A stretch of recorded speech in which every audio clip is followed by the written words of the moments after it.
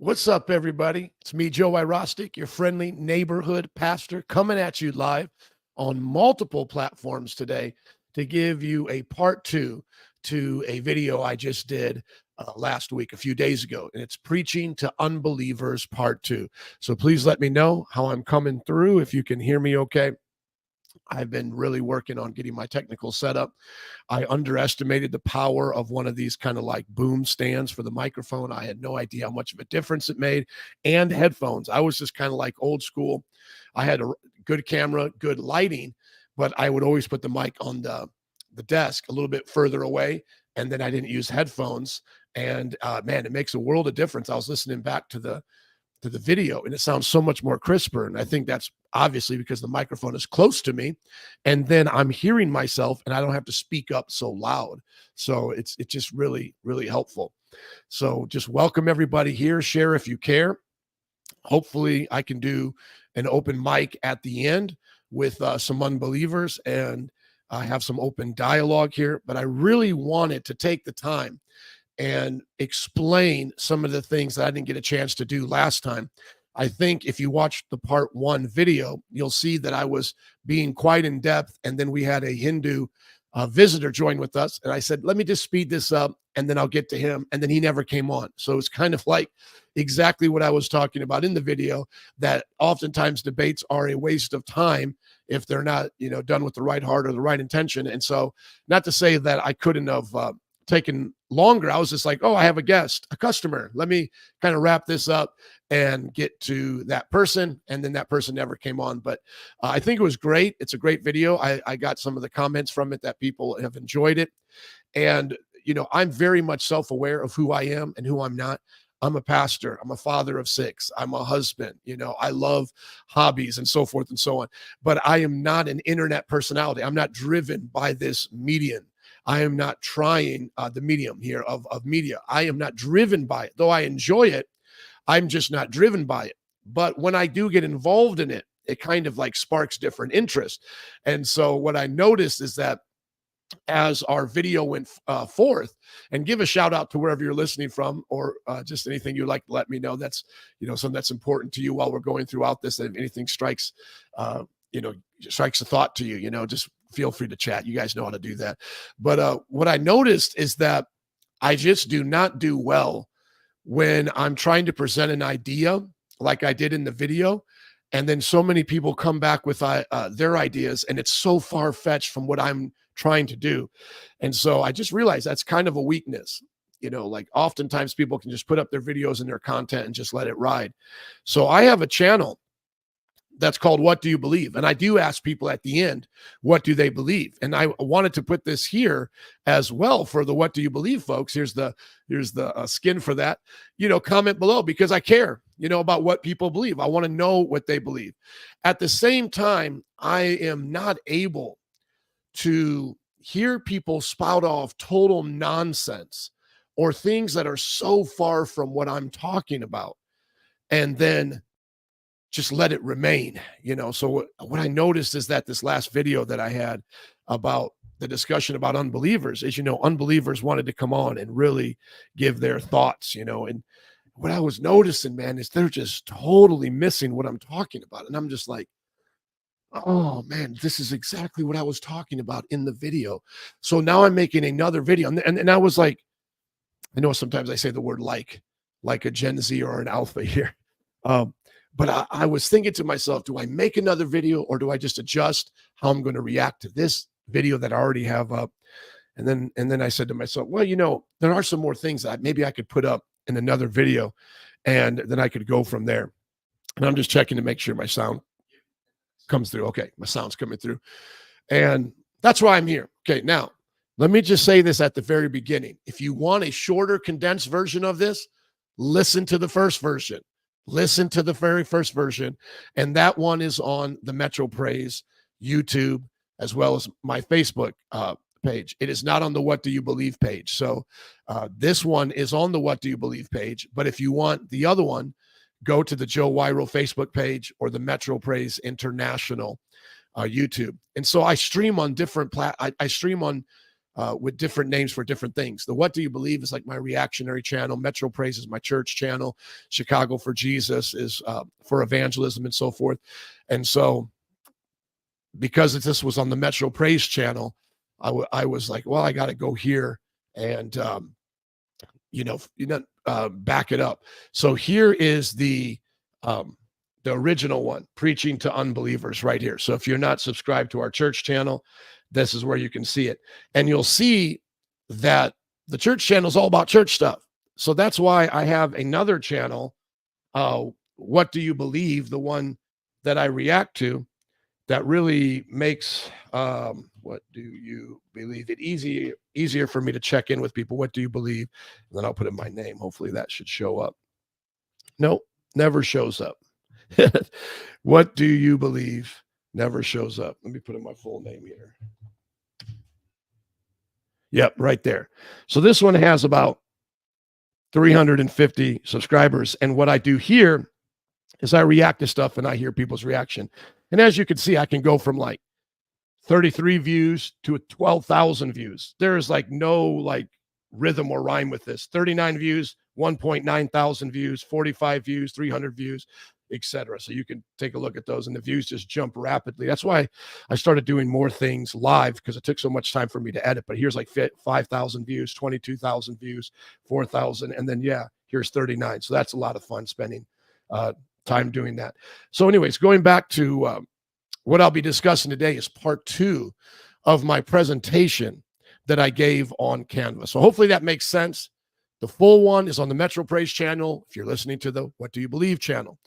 After I do this, let me just say this as well. I have no idea where I will go with the comments, because I cannot express to you how much I hate chat debate. And not only do I hate it, as I shared before, it is a weakness of mine to have a subject like this on a video and then to have people putting up chats of some of the most ridiculous things that had nothing to do with the video that makes me want to engage with it. It's like, lead me not into temptation, right? Deliver me from evil, Lord. And then the Bible says, if what causes you to sin, cut it off. That's why I may just cut off comments on both of these videos. And it's not because I'm afraid of what people have to say. Like I said from the beginning, 99% of the unbelievers, Lord help me, agnostics and atheists that I meet don't have any answer to these things, let alone the ability to engage them. And that's why I want to start with them before their hearts are hard and they've adopted ridiculous, redonkulous, absurd positions as rescuing devices to these things. It's not that I don't believe those people who believe those things, that 1%. And I want to be careful calling them trolls. Just, I'm talking about unbelievers. Unbelievers are going to show up. And I can't get upset about that, right? Like, that's just the way it's going to be. But when I see the kind of troll behavior, the way that they answer, I wish I wouldn't have deleted all of these. And they weren't rude. They weren't name calling.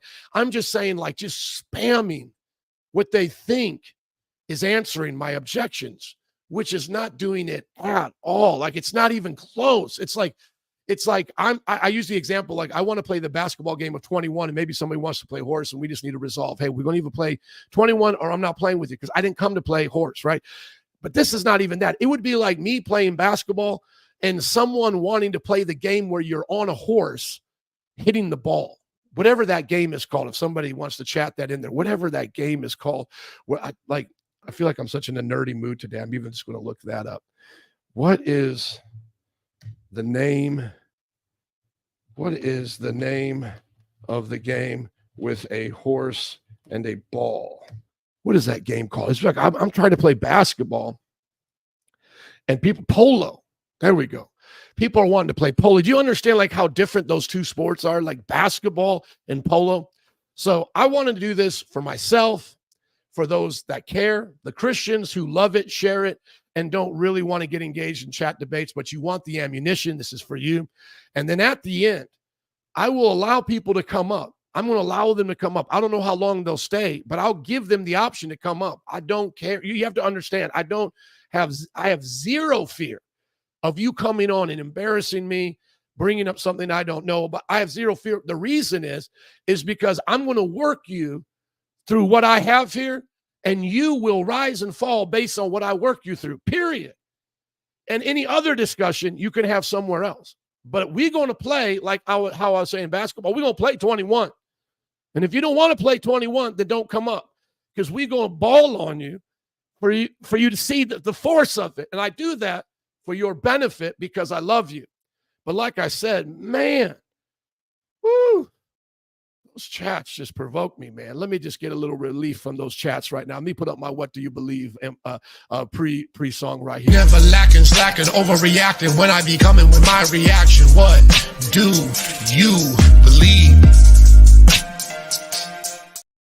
Now, let me say this. When I'm talking about what do you believe, I want to know what you believe according to what I'm talking about. Not something that has nothing to do with what I'm not talking about.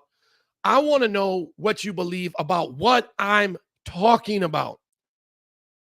Notice what I'm talking about when I bring up these slides. Okay, here they are in review quickly. Here they are, the slides for everybody to see.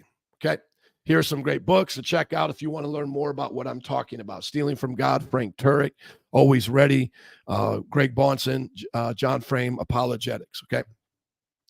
John 18:37, Jesus said, "You are a king then," or rather, Pilate said, "You are a king then," to Jesus. Jesus then answered, "You say I'm a king. In fact, the reason I was born and came into the world was to testify to the truth.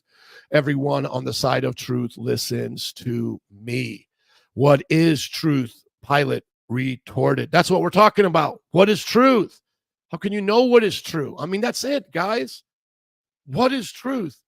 I'm going to be revamping some of these slides in real time because I want you to see how I'm thinking as well, especially those who listen to the previous video. But I want you to see, man, like, if we don't have truth, we don't have anything. We have no ground to stand upon. Aletheia in Greek, that which is in accordance with reality or fact. I hold to the correspondence model of truth, okay?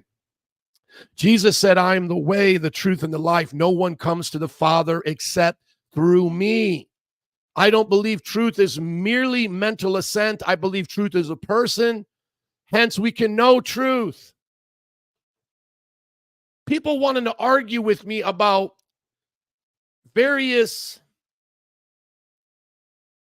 hypotheses over Yahweh development from Elohim, and they didn't mention it, but also I've heard the same thing dealing with the wives, and the Asher poles was Yahweh's wife, and oh my goodness, how do you even know to know that? That's what I'm talking about. I don't know why that is so hard for people to get. How do you even know what you think you know?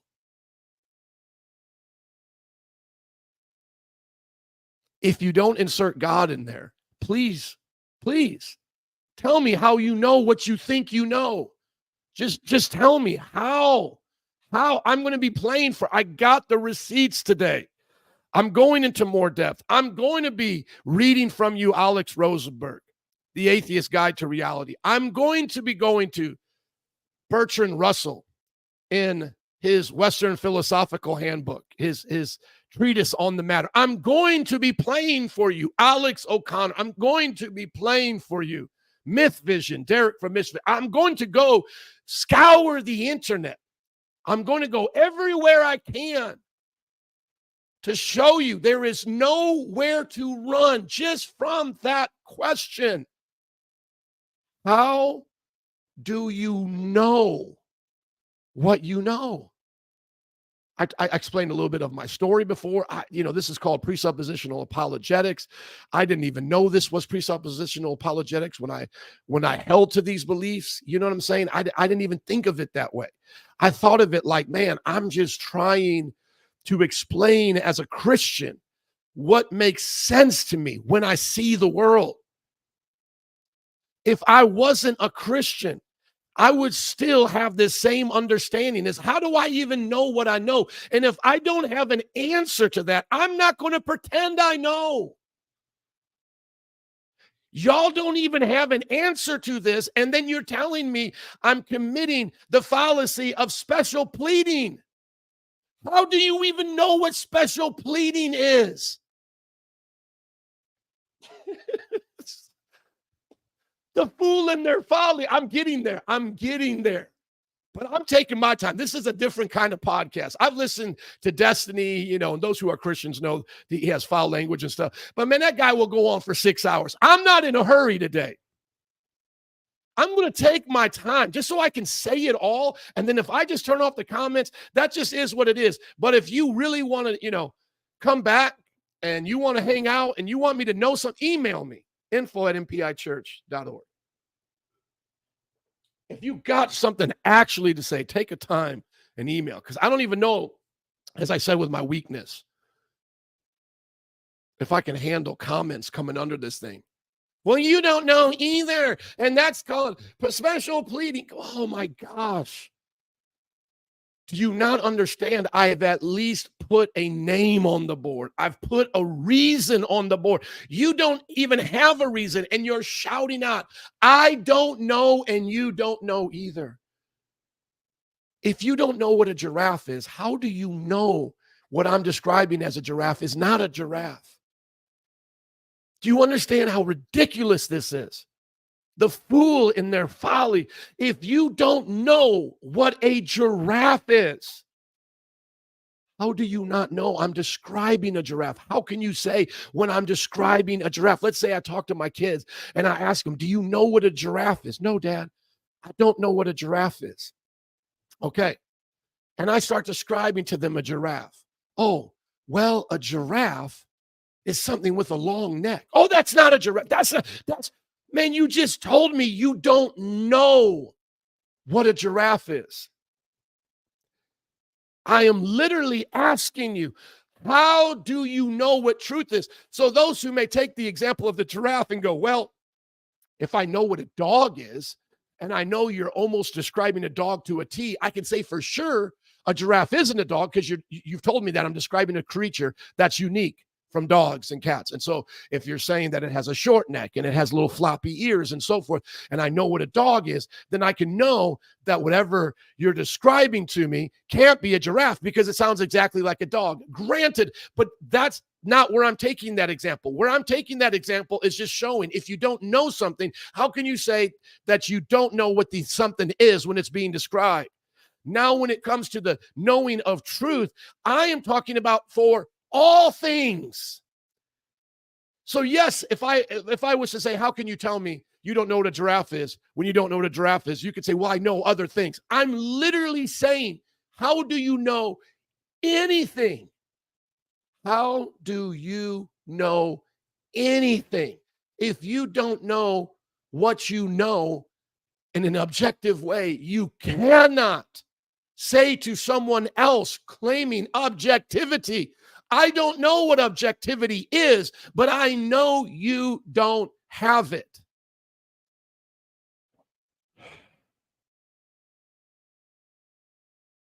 If you don't know what objectivity is, you cannot claim to respond or to object to someone saying they have it. You simply have to retreat to the place of, I don't know.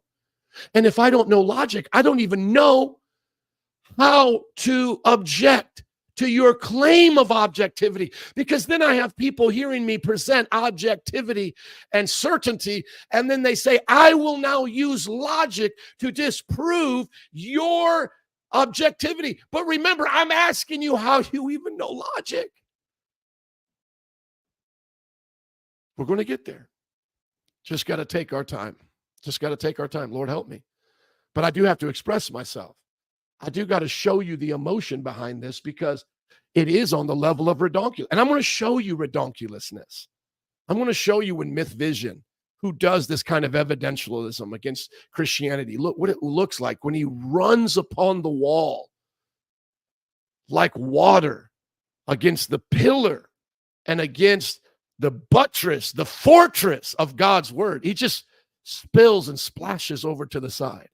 I want to show you what it's like when Alex O'Connor, probably one of the smartest young men on the internet that's an unbeliever, what happens when he smashes up against the truth of God's word. There's nowhere left but just absurdity, insanity. There's nowhere left if you do not have Jesus as your truth. Now, if somebody wants to say to me, I am a theist, and Joe, it is not Jesus, but I agree it has to be something divine, then bring your book and bring your man or person that tells you what it is, and let's go. Now, as I've said before, I'm not waiting around for the Hindu, but I made place for him. I made time for him. The Muslims, they can go to God Logic's channel. He goes on like 3 or 4 times a week. J and DOC, Daughter of Christ. There are so many places for Muslims to go, and they'll even take on Hindus and Rabbi Eduardo, with Jews. I mean, there's a place for everybody now. I'm not that place. I'm just saying, if you think that you have something other than Jesus, in a few moments, I will let you come up, but I don't do that. That's not me. But I'm telling you, if you are not a theist, you have no right to say it can't be Jesus because of X, Y, and Z reasons. It can't be, because you don't have objectivity. I'm going to show you in pretty pictures here in just a moment, but I hope everybody sees this. Does everybody get this slide right here? I'm asking, what is the one thing that has to be the starting place of all existence and knowledge? That's what I'm asking. That's what I'm asking. I don't care about anything else. You have to understand this. It's a beautiful day in Chicago. I'm taking my kids to the skate park after this. If my wake park opens up, I love wakeboarding, I'll go there. Yesterday, I got to do 2 in 1. Kids to the skate park, then go wakeboarding. You have to understand, I love people, but I don't love the genre of internet-style chat debate. I would rather shave my head. This is what I am asking. Can you all read this? Can you read this? The Bible says an open rebuke is better than hidden love. I am speaking to the fool in their folly right now. Can you read this? This is what I am asking. I don't care about anything else. I'm going to come out and be very clear with you. I don't care what you have to say. I don't care. I have books here about people who do care. About the Jehovah, Elohim, priestly, Deuteronomy class, the JEPD theory. I have books behind me here that describe Christian history and how it wasn't sabotaged by Constantine, and though that's been a myth that's been purported throughout the years. I have books here debunking myth about Jesus. Jesus was just, I have all this. I'm not them. Anybody watching this, I almost just want to just leave the chat open so you all can just see the ridiculousness of people who don't even know how to read. Do you understand? I'm saying to you, I don't care about your chat. I live by this rule. You don't see me going to Aaron Ra's page, to Matt Dillahunty's page, and provoking stuff with them because I don't care about what they have to say. Why would you care? As an atheist / agnostic, why would you care to put your opinions underneath this chat when I've told you in the video, I don't care what you have to say if it's not what I am on? Go back to my example of basketball. Here I am balling. I'm balling. And you're like, hey, man, do you want to play horse? No, I don't want to play horse. But I will play you in 21.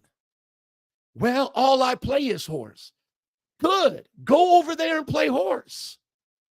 I don't owe you a game of horse on the court. Well, I'll beat him in horse. He knows who cares? The guy has told you, I don't play horse. You want to come play 21? Come play 21. I look at the world of the internet trolls and I'm like, what are y'all doing? I know in some way you got a little hype in the early 2000s, you were making progress, but man, your progress has faded away into absolute insanity. Now you see Dawkins arguing, as I've done with Ayaan Hirsi Ali, how she's showing him the truth. And I react to this, and all he has is mockery. And that's one of your own because it's a bankrupt system. And yet you want to argue with me about horse being a better game. I don't listen to me. Listen to me one more time, my friends, who I love in Christ. I don't care if you think it's a better game. I don't care what you think. Maybe a lot of you are from a generation now where you're so soft, everybody has to care what you think. I want to be very honest with you. I don't care what you think. Because to me, if you cannot answer that question, you don't even get into the door of the discussion. And that's what I was doing in my first video. And that's why I'm more intense in this first video, is I'm showing you that we as Christians have been putting up with your redonkulousness for so long. We've given you somewhat like of a platform to spew this stuff, and then we're put on the defense over and over and over again. Like, explain to me that Jesus is not a myth according to the zeitgeist video. Explain to me that Jesus in the Bible is the real version and not Bart Ehrman, how Jesus became God. Explain this to me. And then you just got us tap dancing, tap dancing. Like, you put the quarter in the jukebox and we just tap dancing. We just tap dancing the whole. I'm not your tap dancing street performer. I don't care how many quarters you drop in the bucket. I'm not a street performer. We as Christians, bold Christians who see signs, wonders, miracles, those of us who are baptizing your folks, I'm seeing your folks converted. I can't even think of maybe one or two out of my church who has left and gone to agnosticism, atheism, but I've seen many, many come from that. I'm seeing your worldview get rocked every time I go out. Every time I go out. Because on the streets, they recognize absurdity. They haven't gone to Alex O'Connor to believe in mereological nihilism, which is your cope. Your cope to these things is that the property of a universe is that it can be eternal and come out of and start itself. That's a property you have to ascribe to it as a cope. Man, we ain't coping. I understand there's Christians debating with atheists and online and all this. And the reason why we do it is because we believe your soul is lost. You don't even think we have souls. Why are you wasting your time then? It shows that I shouldn't even engage with you because you now are just a creature of instinct. You're merely acting on your chemicals because you don't even acknowledge free will.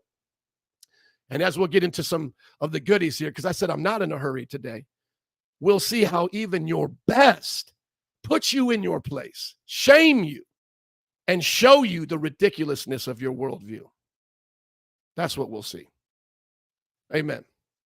Because they are either with God or against him. In this case, they're working on the side of Satan. That's it.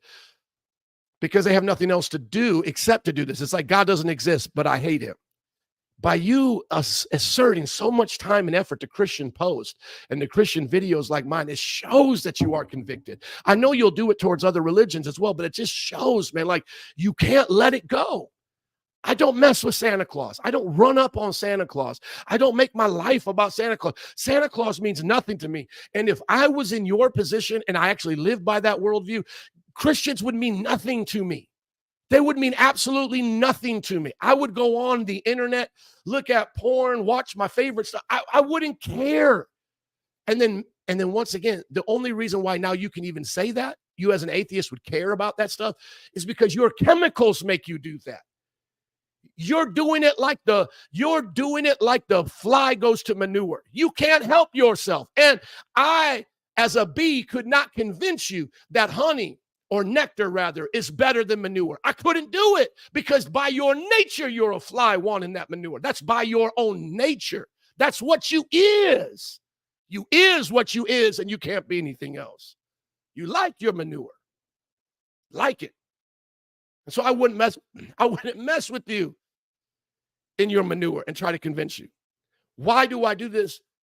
Why do I do this? Because I do believe in free will. I do believe in choice. I do believe you're made in the image of God and there's something better than manure. Let me put on my fan as I get worked up here. Give me just a moment.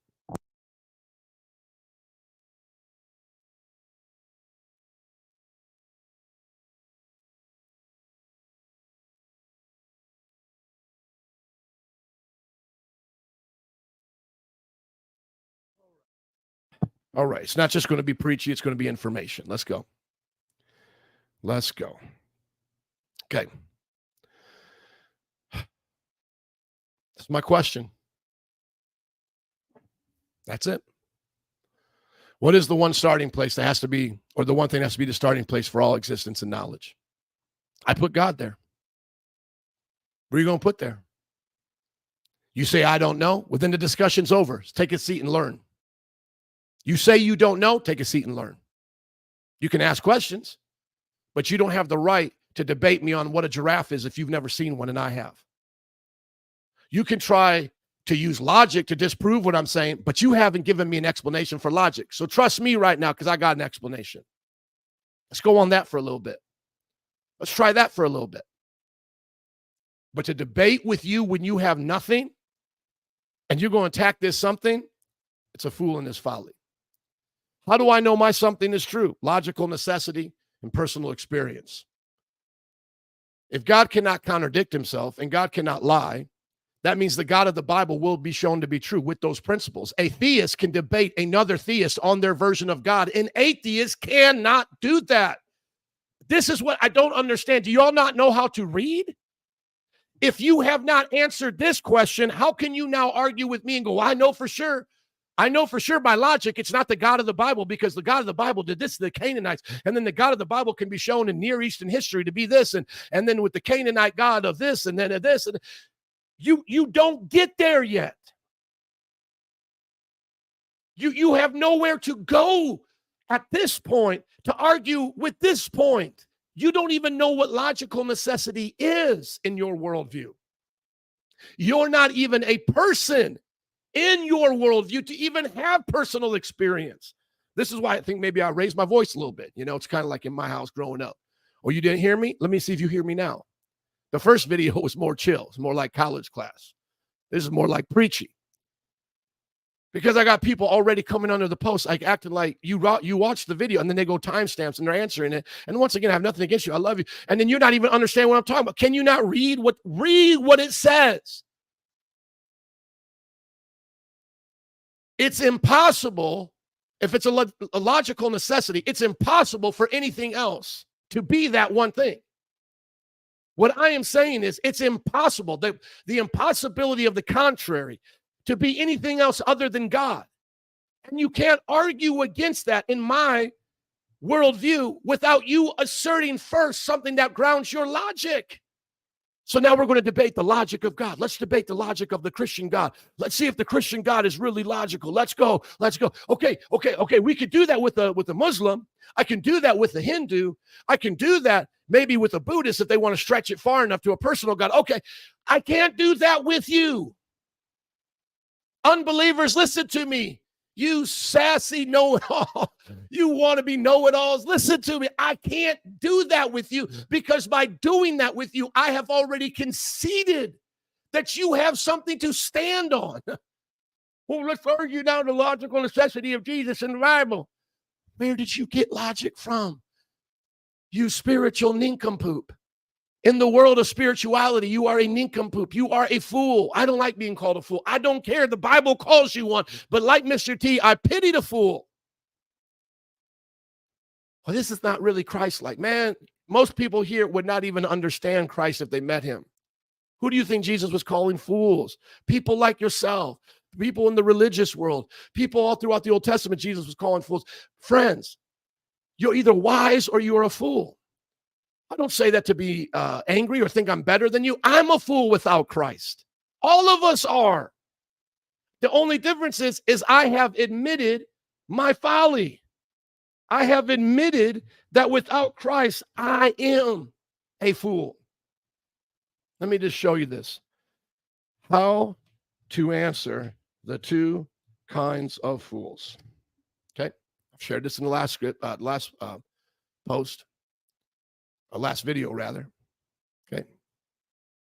Let me just put it up here. Chat always helping. Okay. Love chat. Chat helps. Okay. Watch this. According to the Bible, Proverbs 26:4, do not answer a fool according to his folly, or you yourself will be like him. Sometimes it is best not to engage with a fool because their arguments or behavior are irrational. I know you all can get this. I know you're smart enough to understand this. according to my conviction, this may not be your conviction. I don't care if it's your conviction or not. This is my conviction. There is a point where unbelievers go, especially online, where it is so irrational. There's no more point in having the discussion. There's a point with flat earthers, you just can't talk to them anymore. Conspiracy theorists, there's just no other way to talk to them anymore. For me, I can't talk to you and go on with you and engage you as the fool that I am supposed to answer, unless you think you're wise in your own eyes, unless you can get out of a little bit of your absurdity, unless you can get out of a little bit of your irrationality. Now, you may say the same thing to me. Joe, I heard the first 5 minutes of your video and I'm done. Okay, great. God bless you. Hope to see you in heaven. Repent of your sins. Be born again. And then people like to say, oh, there's no love. There's no hate like Christian love. Like we're hating on you when we say we love you because it's like a dig towards your repentance and hell. Man, this is what we believe. This is what we believe. I believe you have a soul, and that if that soul does not repent and go to Christ for reconciliation, you're going to hell. What don't you understand about that? That means I love you if I tell you where your soul's going. You may not like that God. You may want to argue with that God. You may not think anything positive about that God, but I don't care. That's not what I believe. So I'm not hating you when I actually tell you the gospel, but that's how you have to twist it in this generation to now even make gospel preaching out to be hate. And by the way, that's the same thing they did back when they persecuted us in the Roman Empire. You're going to find your way to keep persecuting Christians because that's what you want to do. That's what's in your heart. That's what you want to do. Now, going back to the video here, to my presentation, we know that God, especially the God of the Bible, is that one thing because of logical necessity. Once you admit that there has to be something like God to give us everything that we have, now you test that God by those principles. You have the God of the Bible remaining. No one else remains. And then if you believe in personal experience, that things can happen in your soul and in your heart. Jesus shows up every time. And for the deconverted, you're just backsliders, man. I've been a backslider. I was one. I was raised as a Christian, and then I backslid. I know exactly what it's like to be a backslider. So you're not like sometimes they come out, I used to be a Christian. I was so this, and now I'm this. You can take me at my word. Dude, listen, I used to be just like you. So take me at my word. I came back. I slid back. So now mine trumps yours. Your experience. Well, I'm so experienced in Christianity and I walked away. So that must mean it's so valid. My testimony is so valid because I used to be just like you. And now look at me. I'm just looking at you going, what flavor of dog puke did you want? What flavor was it? You wanted the dog puke of every lifestyle is accepted, and it just bothered you that certain people go to hell because of their lifestyles, and now you want to be free from that kind of feeling of grieving over the world. You just want to accept the world now. What kind of dog puke did you want? Did you like your own sin, your own addictions? Did you like the idol of your mind? You want ideas. You don't want anybody to tell you anything. You would rather reign in hell than serve in heaven. What was your dog puke? What did you go back for? You ain't going to convince me of dog puke going back there. Joe, go back to believing the way you used to believe, that the world was just energy, a force. There was no personal God. Get high, do drugs, do whatever, or go be a smart person, in the worldly sense and make money. Whatever you think I should go and do. Tell me what you think I should do as aside from being a Christian. Well, go be a great dad. Go be all that. Man, you think that's anything in the world of dust? You are so foolish. What could I just break? I can't wait to break Alex Rosenburg all over your behind. Take it and just take your whooping of Alex Rosenburg. You're going to tell me that you know of a better way for me to live from a Christian to a non-Christian? Well, it's better to live with more things that are true than not true. None of it matters. If what you are ultimately saying, not one thing matters. Not Hitler, not Mother Teresa, not being awesome, not the psychopath. None of it matters. Not according to me, according to the atheists. And then they're going to argue with each other. I saw Alex O'Connor arguing with an atheist, but I believe in moral objectivity. It's ridiculous. You got moral objectivity from dust and chemicals in your brain that came from a universe that its property is to come from nothing. You know, I mean, what are we doing here? Or it can start itself. What are we doing here, folks? Yeah, you're talking about this reminds you of Lee Strobel. I know Lee Strobel's story. For them, Lee Strobel's basic. I love Lee Strobel. I think he makes it very simple for all of us, and it's a good starting place. Evidence that demands a verdict, Josh McDowell, the case for Christ, and so forth. These are great stories. I love sharing them while I preach. But Steve, the kind of people I'm talking to, they don't care about stuff like that, and they'll just give a deconversion story to kind of even it up. So Lee Strobel found out this, the evidence for the resurrection, but now this person like Bart Ehrman started with the belief of the resurrection, then he went to Moody Bible College and so forth, and then he denied it. So they'll just try to trip you up with somebody else's story. I don't care. Listen to me. Even if the whole world was full of Lee Strobels or the whole world was full of atheists, I don't care either way. Let God be true and every man a liar. In my book, God destroyed the world and saved 8 people.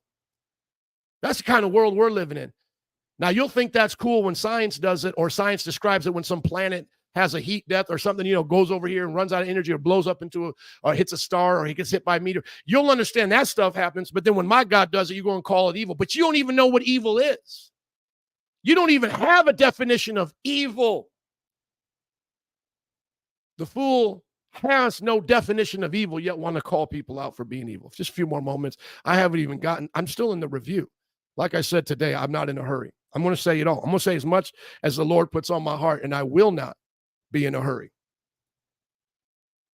Read this post right here. Every one of you atheists, every one of you unbelievers, every one of you who thinks you're going to say something on my post that's going to get me to think differently about you. Let me just explain to you right now what I think about you when you don't answer these questions and you come here. This is what I want you to put this in your mind.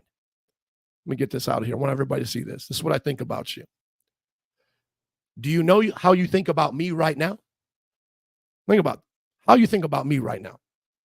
You atheists that want to now go and put stuff on my post and talk about Jesus myth and all that. Think about how you think, how stupid I am. Think about how you just have no respect for any argument I've set up until this point. Think about how right now you hold me in your mind. You have zero regard for my doctorate degree. You have zero care for all the studying. You have zero care. Now, I want you to think about that. And you want to know how I think about you? Take that and put it to a number and times it by 1,000. And that's what I think about you. Think about how stupid you think I am right now. Just be honest with yourself, man. He is so stupid on a scale of 1 to 10. He's an 11. This man is dumb. Think about what you think about my argument right now. Think about what you think about my argument. Scale of 1 to 10, 10 being the most stupidest thing you've ever heard. You consider it a 10. I want you now to multiply that number. You're like, man, I can't even imagine how stupid that person would possibly think I am after multiplying. Yes, multiply that number. And you will be getting close. You will be getting close to how I think about what you're going to put in that chat. What you put in that chat means less to me than my aunt in the backyard thinks about what I'm doing right now. Think about it. Just let that set in your mind for a minute. Because for some reason, we think that what we think about others means something. Oh, if it meant so little, why are you doing this? Because I love you and I want you to hear this.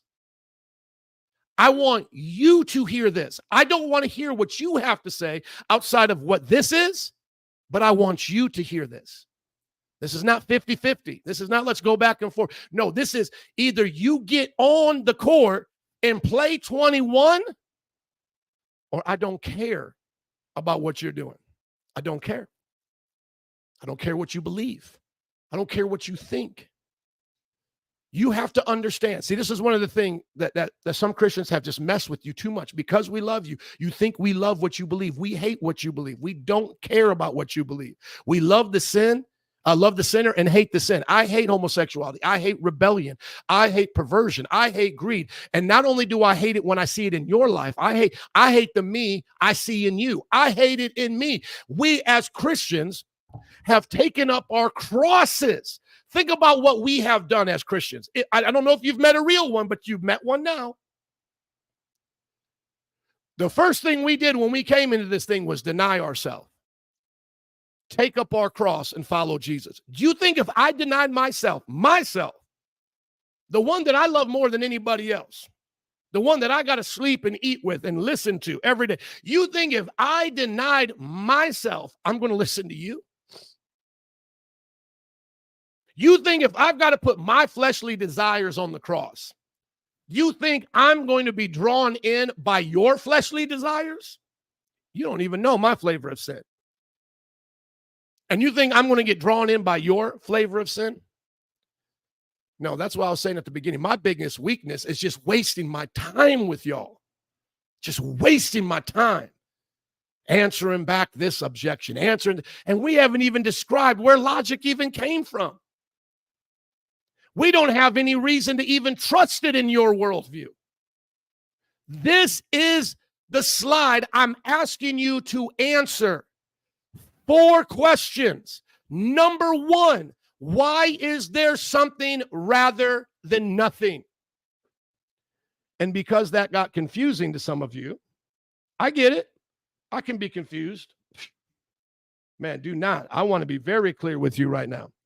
Do not ever think to yourself that because I'm doing this, I think I'm smarter than y'all when it comes to IQ tests and stuff. No, not at all. I'm not trying to do that. I'm not trying to do that. That is not at all what I'm trying to say. Not only can you run probably laps around me, not only could your professor run laps around me, but I'm talking about high schoolers. My brain doesn't function like an academic. Going to school and getting an academic degree from my associates to my bachelor's to the master's in religious education that I have, and then my doctorate in ministry. I have a D-Min.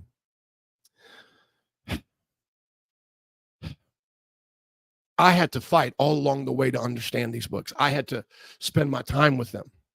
I had to research them. That's why do you think I always have chat open up? And before I would do these live cats, I'll just have books piled up because I don't even want to say something that I presume is true about somebody else without having it there because I get it mixed up. I forget sometimes.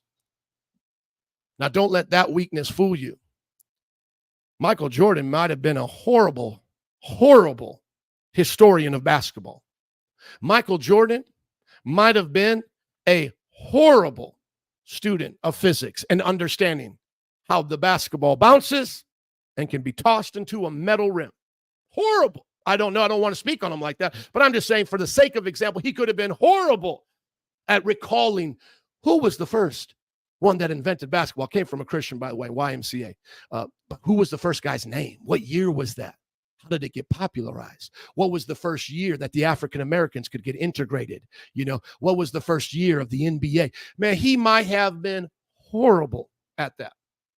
He might have been horrible at understanding if you were to put him in a physics class. Now, Michael Jordan, we want to show you that when you bounce the ball like this, and the reason why it does this is because of these laws, and this is why it does this, and when you do this, it does that, and then that's why sometimes it sticks to your hand, and you can't double dribble, but you'll feel the momentum of it on your hand. You know what I'm saying? But you get on the court. Listen to me. You get on the court with Michael Jordan, you're going to find out real quick that none of that matters when it comes to the game of basketball. You could be the biggest nerd of physics. You could explain things to make Michael Jordan's head spin about what was going on. You step on that court, you're going to find out real quick what it means to play basketball is a lot different than the physics of basketball. And what I'm asking you to do, unbelievers, is play life. Man, I got so many Christian philosophers that I look up to. They confuse me too. But I have to go back over them 100 different times to get it before I'm unconfused. William Lane Craig, and B theory of time and A theory of time. And you want to tell me that's easy, man? Man, for somebody it might be, but I guarantee even those here, it's not easy. Understanding the differences of Platonism, understanding the world of forms, and come on, let's be honest. There's only a few people that go on that level. But I'm going to tell you right now, if you're not smart enough and more skilled than I am in bringing it down to where we can play the game of basketball, I don't give a rip what it means. You still in basic training camp. Go get your skill and answer these questions. Go get whatever you need from the worldly academic system, and then come bring your behind over here, and let's see if you can take the first step. Come bring your behind over here, because once we get here, we're not talking about the physics of basketball anymore. Once we come here, we are not talking about the history of basketball. When you come here, we are now playing basketball. We're playing it. Not talking about it. We're playing it now. I don't want to hear about your favorite philosopher. I don't want to hear about how you think this and think that and how this said that. I don't care about any of it. Put your 10 toes on it and start stepping. Tell me it can hold you. Show me that it has the ability to bear the weight of the questions that I'm asking. And then that's where they go, oh, these are just foolish questions. That's what Ricky Gervais said. Oh, that's just a foolish question. Where did the universe come from? Those are just stupid questions. All right, good. Then leave us alone then. Go to hell if you want. Highway to hell. You're going to get there and you're going to find out what it's like. You go there if you want. I'm talking to people. You really want to engage with me as a Christian? Answer this question. Why is there something rather than nothing? And then since people have been bringing up, yes, that nothing isn't in and of itself a contradiction. There cannot be a no thing. The idea comes back from the philosophers who use that. So I'm using their terms. But I will be more specific so that there's no confusion. We get lost here. Listen to what I'm asking here. Why is there this something rather than another something? Oh, it just is what it is. Well, then God is what it is. End of discussion. Next. That's why I wish I could just have 100 atheists lined up on a call, and I would just be like, next. I love how God logic does it with atheists.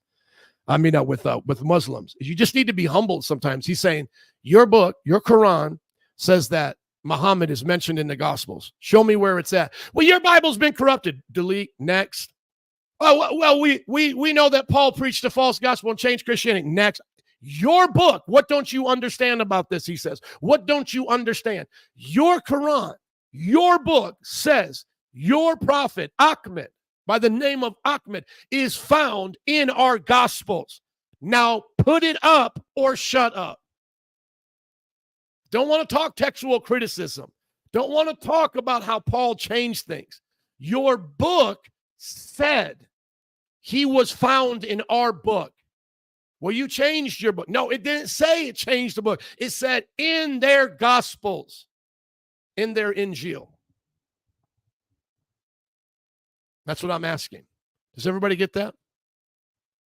Everybody get it? Why is there this something rather than another something? That's it. Why are you a thinking observer? Let's go to the next one. What it is, what it is. Okay. All right. You're going to ascribe qualities to the universe that I give to God. Okay, that's cool. You guys say God's eternal. We're going to say the universe is eternal. You're going to say God has a mind. I'm going to believe in panpsychism, that everything has a conscious and psychological ability. Oh, okay. So let's just say, for the sake of argument, I let you do that. Now, number two, why are you a thinking observer?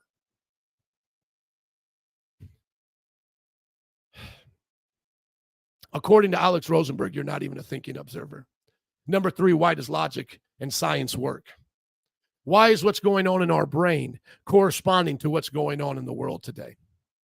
And then number four, why be truthful? Why be moral in this discussion? Okay. Now, I have some different points that I can bring up here that I didn't bring up last time, but I just want to show this quickly, and then I want to move on. Now, notice this here. With those 4 questions, you now have 3 options. What button do you want to push? Number 1, do you want to concede? As an unbeliever, I will concede that I do not have answers to the 4 foundational questions, and therefore will not debate, but will humbly ask questions about the Christian answers. That's an option for you.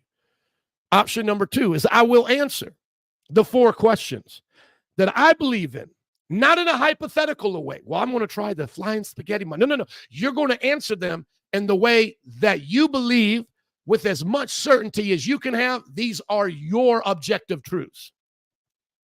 And you will attempt to show their validity over the Christian answers. So now we're going to go back and forth between what the God of the Bible talks about to whatever you're talking about. Or number 3, you can leave the discussion because you don't have answers to the questions pertaining to the Christian worldview or your worldview. You don't have answers to give for your worldview, rather, and you don't want to humbly ask questions without a debate concerning Christianity. Those are your 3 options when you're dealing with me. Do you see where I'm coming from? That's where I'm coming from. If not, go and get. Number 1, concede. Man, I don't have any idea to any of these things. What are your answers, Christian? I'll listen. And if you're assuming that I'm right for the sake of argument, then now you're listening to me. You're not doing what they call an internal critique. No. This is I saw some Christians debating these other atheists, Kip and all of them on an internal critique, Gavin Ortlund on the Canaanites. Man, I wouldn't even have had that. I thank God they did, Trent Horn and Gavin Ortlund on the internal critique of the Canaanites after O'Connor interviewed Craig. Yeah, I appreciate that. But man, you don't even get the permission. Bad atheist. Even bad Christian there. You don't even get the permission to do an internal critique because internal critique assumes the validity of the position and that then you can make value statements on how that position upholds to its own criteria. How do I know that you know how to make value statements?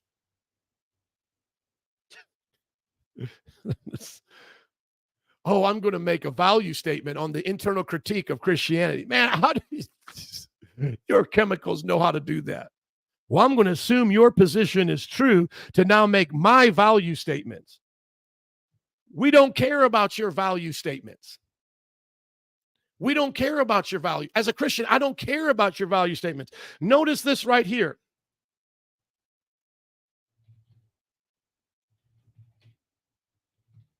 Notice this right here. What do you value? Okay. And I'm just going to do this in real time with you.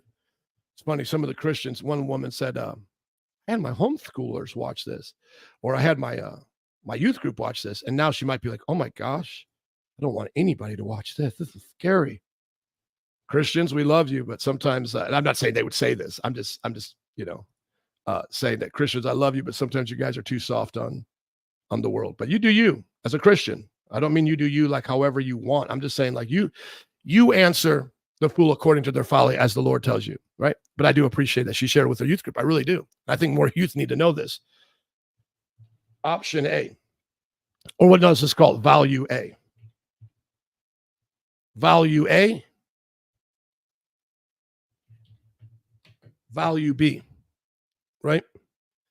And it can be anything underneath there. It doesn't matter. How do I know you know how to, you don't even see this. How do I know that you even know how to make value statements without an absolute truth or a guidance to truth? That's why you can't do an internal critique. Do you know that everything you're choosing along the path of what you value as an atheist is simply matter in motion? There is no actual value to anything you're choosing other than the fact that your matter chose it. It's not logical. It's not illogical. It's not right. It is not wrong. It is simply whatever your chemicals, your dust has chosen. Okay. Now, because at this point, I've pretty much gone through the review and I could go, let me just finish out the buttons. Let me finish out the buttons here, right? Let me put it back here. So no, we don't care about your value statements until you give me a reason to why you value. Why should value anything you value? Okay. If X, then Y. X is true, therefore Y. If a consistent and universal set of rules, standards like logic, morality, and science exist, that's X, then universal, unchanging standards found in God must exist to ground them. If you can't say, if you don't believe in God, give me what your Y is. I don't care about anything else. I'm just saying that again. Maybe you should take some water, stay hydrated. Every time I say I don't care about what you think other than this, right? I do care about it. If you have an answer for this, I would love to hear it. I'd love to hear it if it's other than God. Please tell me. Premise number 2. A consistent and universal set of rules and standards like logic, morality, and science do exist and are observed in our world, X. Conclusion, therefore, Y. Because these things exist, therefore, God must exist to ground them. So just understand how this works. If and then. This then happens because there's an if, okay?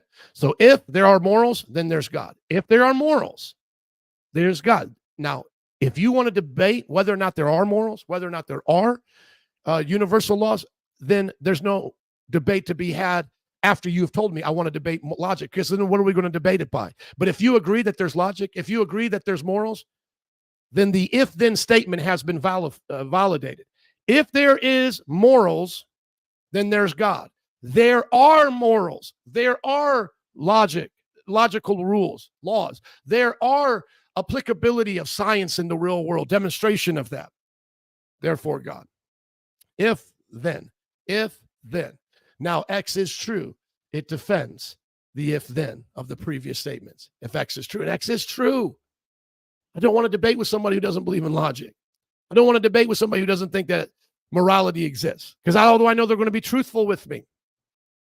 And that's why I try to share with you every time someone points to science and go, oh, it's all about the science. Science is not about certainty, my friends. The very expression, this is Dr. Carlo Rovelli from the New Republic article he wrote on scientific certainty. And, I don't really feel like reading the whole thing, but it would be good for some people to read the whole thing, because I guarantee you, most people have not thought about it in this way. Now, I should be able to click on this link. That's why I put that link there. It's right there. Let's try it again here. You can see my little mouse turns into a finger. See, look, it goes away from the finger. Click on that right there. There we go. Okay. Oh, you're not going to be able to see that unless I'm just sharing screen. Okay. Let me, this might be easier if I just share my entire screen over here. Okay. Okay, now notice this. Science is not about certainty. The separation of science and humanity is relatively new and detrimental to both. I mean, I just don't have time to read this whole thing. You see, it began to bother him that, first of all, there hasn't been major success in theoretical physics in the last few decades. So he's just being real and honest about that. Okay. Now, he's not saying that we can't do science and that it doesn't serve a purpose. But what he's basically saying, let me get towards it here, is if this is so, then the idea that we have data and theories, and then we have a rational agent who constructs theories from the data using his rationality, his mind, his intelligence, his conceptual structure, doesn't make any sense, because what's being challenged at every step is not the theory, it's the conceptual structure used in constructing the theory. I mean, this, guys, do you even understand what he's saying? It's the conceptual structure used in constructing the theory and interpreting the data. In other words, it's not by changing theories that we go ahead but by changing the way we think about the world. Like, it's not just thinking about the very things that we've said we've thought about. It's like, why are we thinking? Okay, and now because I'm not in a hurry, let me go here to, I believe this one person put it up under a title here. And you know what? I'm going to have to come out of this because it's not going to share my my audio. That's why I don't generally like to share the desktop, because then the audio will not be shared. Okay, and then I can share also the audio here. Okay, let me put up here. Atheist behind closed doors. I didn't have this one ready. I have a bunch of other ones ready. I don't want shorts. I want videos. Consciousness. Yeah, I'm not in a hurry, so I just got to take my time. Atheists behind closed doors. Consciousness.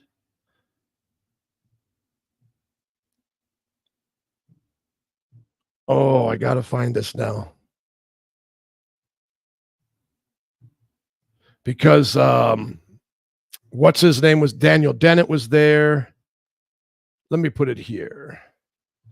Dennett, Rosenburg. Dennett and Rosenburg, the problems with consciousness. Yeah. Is this where he's at? Free will. Okay, let's see. Get the story. Yep. Okay. This is Sean Carroll. You guys know Sean Carroll. You know what I'm saying? Come on now.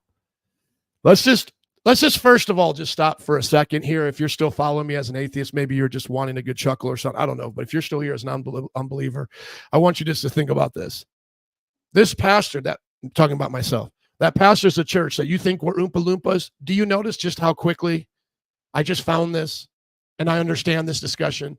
The best of the best are sitting at this table. Do you understand, like, we as pastors are not the Oompa Loompas that you maybe went to church with when maybe you were in your 80s or 90s, in the 80s or 90s or whatever, or you grew up thinking. Now, I understand I still may be rare among my peers, but do you see just how easily I navigate? And I talk about this debate as if we talk about sports, because I don't watch sports. I watch debates. Okay, so do you understand there is nothing, no thing you are bringing to me that I haven't already heard from your daddy? I've already talked with your daddy. I've already talked with them in this way. You get my point? I've already talked with your daddy. And I'm saying your daddy is reduced to absurdity. I'm saying your daddy's daddy, Hume, Russell, they are reduced to absurdity. And they know it. The emperor has no clothes. Okay? Now, I'm going to go back and forth between this and Rosenberg's book to show you that they don't even get the contradiction yet to the point to where they humble themselves before the Almighty God. They will talk about themselves as if they are persons while denying themselves as persons. Especially Alex Rosenberg is the biggest hypocrite in this room right now. Okay, can't go there yet. Thank you. I feel the check of the Holy Spirit. You guys can call that whatever you want, but I believe it's the check of the Holy Spirit. Let me just go here before we go there. Let me do this.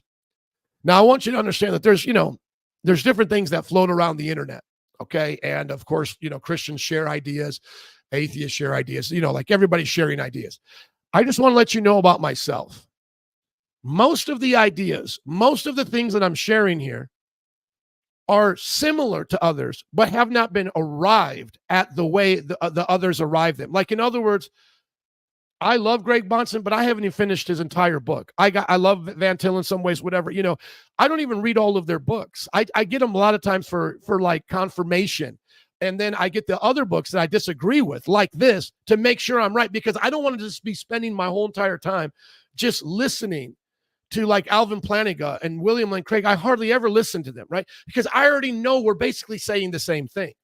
And so I build my ideas off what I'm getting from how others, the outsiders, are answering them through discussions that I'm going to show you, or through their own books.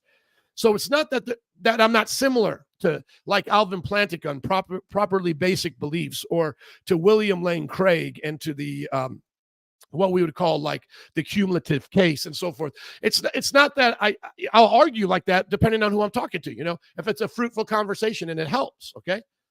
But I'm not saying I base my apologetic off of their works. I am just being honest here. I base it off of my study and my time on the streets, meeting the 99% of unbelievers that I talk to, not the ones on the internet that just continually adopt copes and go out of their way to try to mock Christianity while themselves sitting in their own dung like a fly, not understanding there's nectar over here. Okay. So to help you understand, I never had heard of Alex Rosenburg, and I heard of him first through debating William Lane Craig. And I'm like, you have got to be kidding me. There's no way this guy's book is this contradictory. Like, he says there's no I, and then he says I. Like, I remember somebody asking that question in the debate. Like, you have to understand, I'm just, just like anybody else, just chilling. Oh, William Lane Craig's debating another person. Okay, I'm going to listen to that. That's cool. Okay, what's going on here? Okay, well, you wrote in your book that the I doesn't exist, but you use the word I throughout your book like 500 times or something, and I'm like, what? You mean to tell me this guy denies that he even exists as an I, as a person, and then yet he uses the word I all throughout his book? Yeah, and I had to get his book.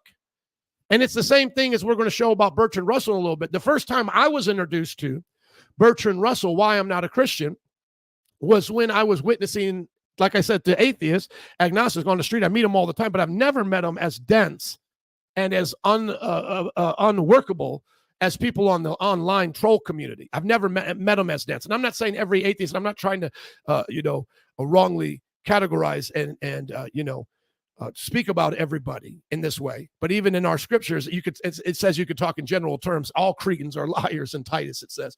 But I met him and he said, let me tell you about this. This guy wrote this book and I used to be a Christian, and now let me run you through some of his arguments.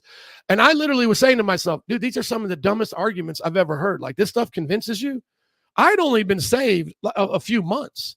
Maybe at that time, a little bit over a year, I think. Let me just come out and just share, because I got stories on story. I'm not in a hurry today. Like I said, I'll be here for 6 hours. I'm going to do a Destiny like live cast. I'm going to do like a streaming video game cast. You know how they play Fortnite for hours? I'm going to be here until I feel I got it all out. And then I'm just going to send people here, and I'll decide whether or not I turn off the comments and all these things, because I'm going to make sure I said it for my conscience, because I love you. That's why I'm going to make sure I said it all.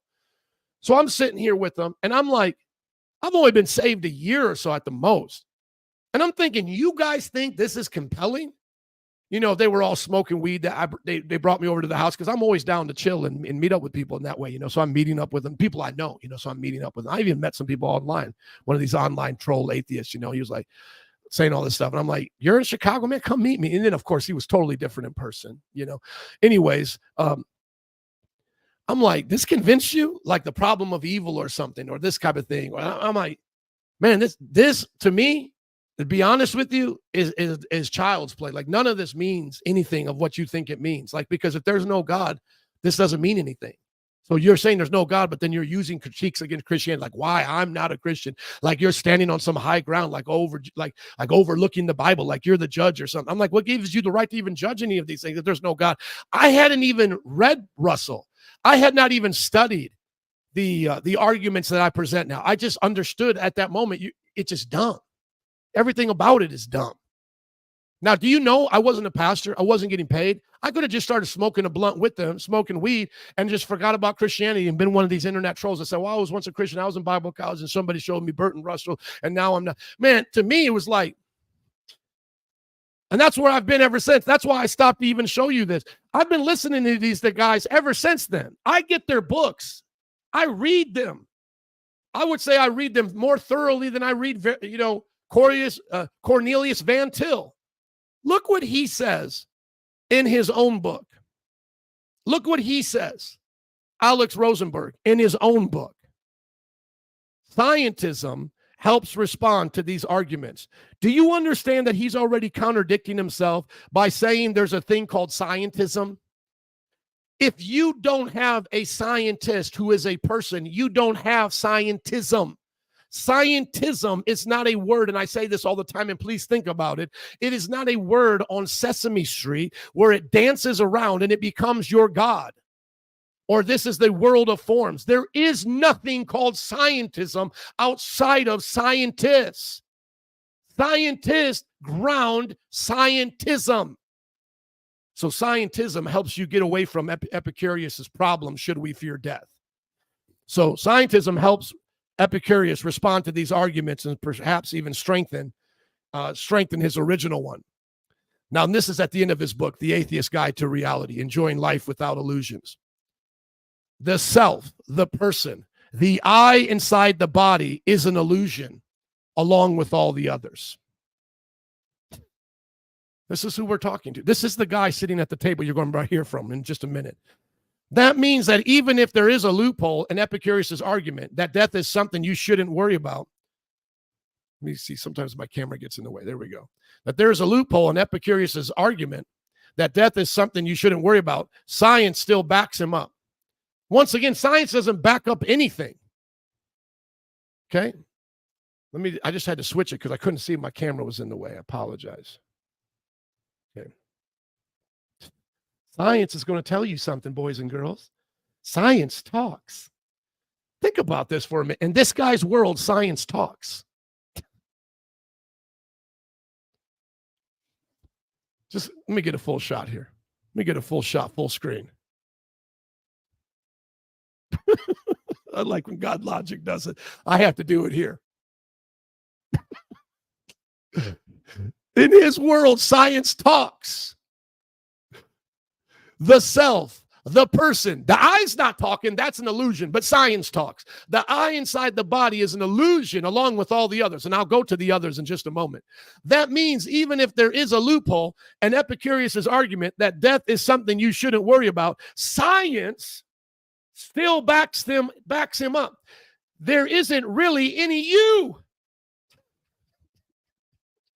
or me or him or her to worry about death, post-death harm, boringly endless post-death existence, or anything else, because there's not a you. There's not a you. Oh, God help me. God help me, please. Lord, have mercy on the sinner. Look at all these highlights. Do you think, I'm just saying this again, do you think I went to some book club and some atheist told me to highlight these things? Look at my highlights. Look at my highlights, you spiritual Oompa Loompas who come on my page acting like you're going to tell me something. Does that mean you can't learn? No, I'm just saying, if you're not answering my questions, you're not telling me anything I care about. I'm asking you to answer these questions that I got from reading your daddy. From reading your daddy. I'm asking you to answer these questions that I took the time to write after reading your daddy.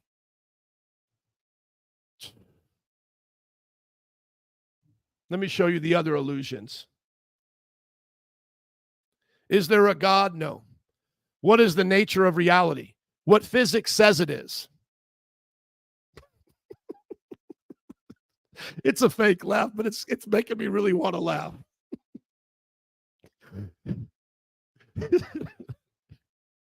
Your guy. The Bible says God mocks proud mockers. If this offends Christians, please just go watch the review. The other one I did, or the simpler video, or go watch somebody else. I love you, Christians, but I'm not here for this right now. I'm here to mess with them. I'm here to get up in their business. Your guy. This is your guy. Says the way he describes what's the nature of reality is what physics says it is. That's what your guy does to answer the first question that I have. Why is there this something rather than another something? Your guy says physics talks to him. At the end of his book, he says he's not even a person for physics to talk to. And yet he believes physics can talk to his illusionary person. Don't act like this offends you. You guys listen to the most foul-mouthed people on the internet. You listen to Dillahunty, you listen to Aaron Ra, you listen to all these foul-mouthed atheists. Do not act like you are offended. Do not clutch your pearls now, you unbelievers. Your guy who answers my question, there's more stupidity in every single word as the sentence goes on, and ends his book with every reason why he should be rejected, put a dunce hat on his head, and put into the corner of the classroom, not even taken seriously. And yet he's going to sit at this table with your heroes, your prophets, your apostles, and try to figure this out.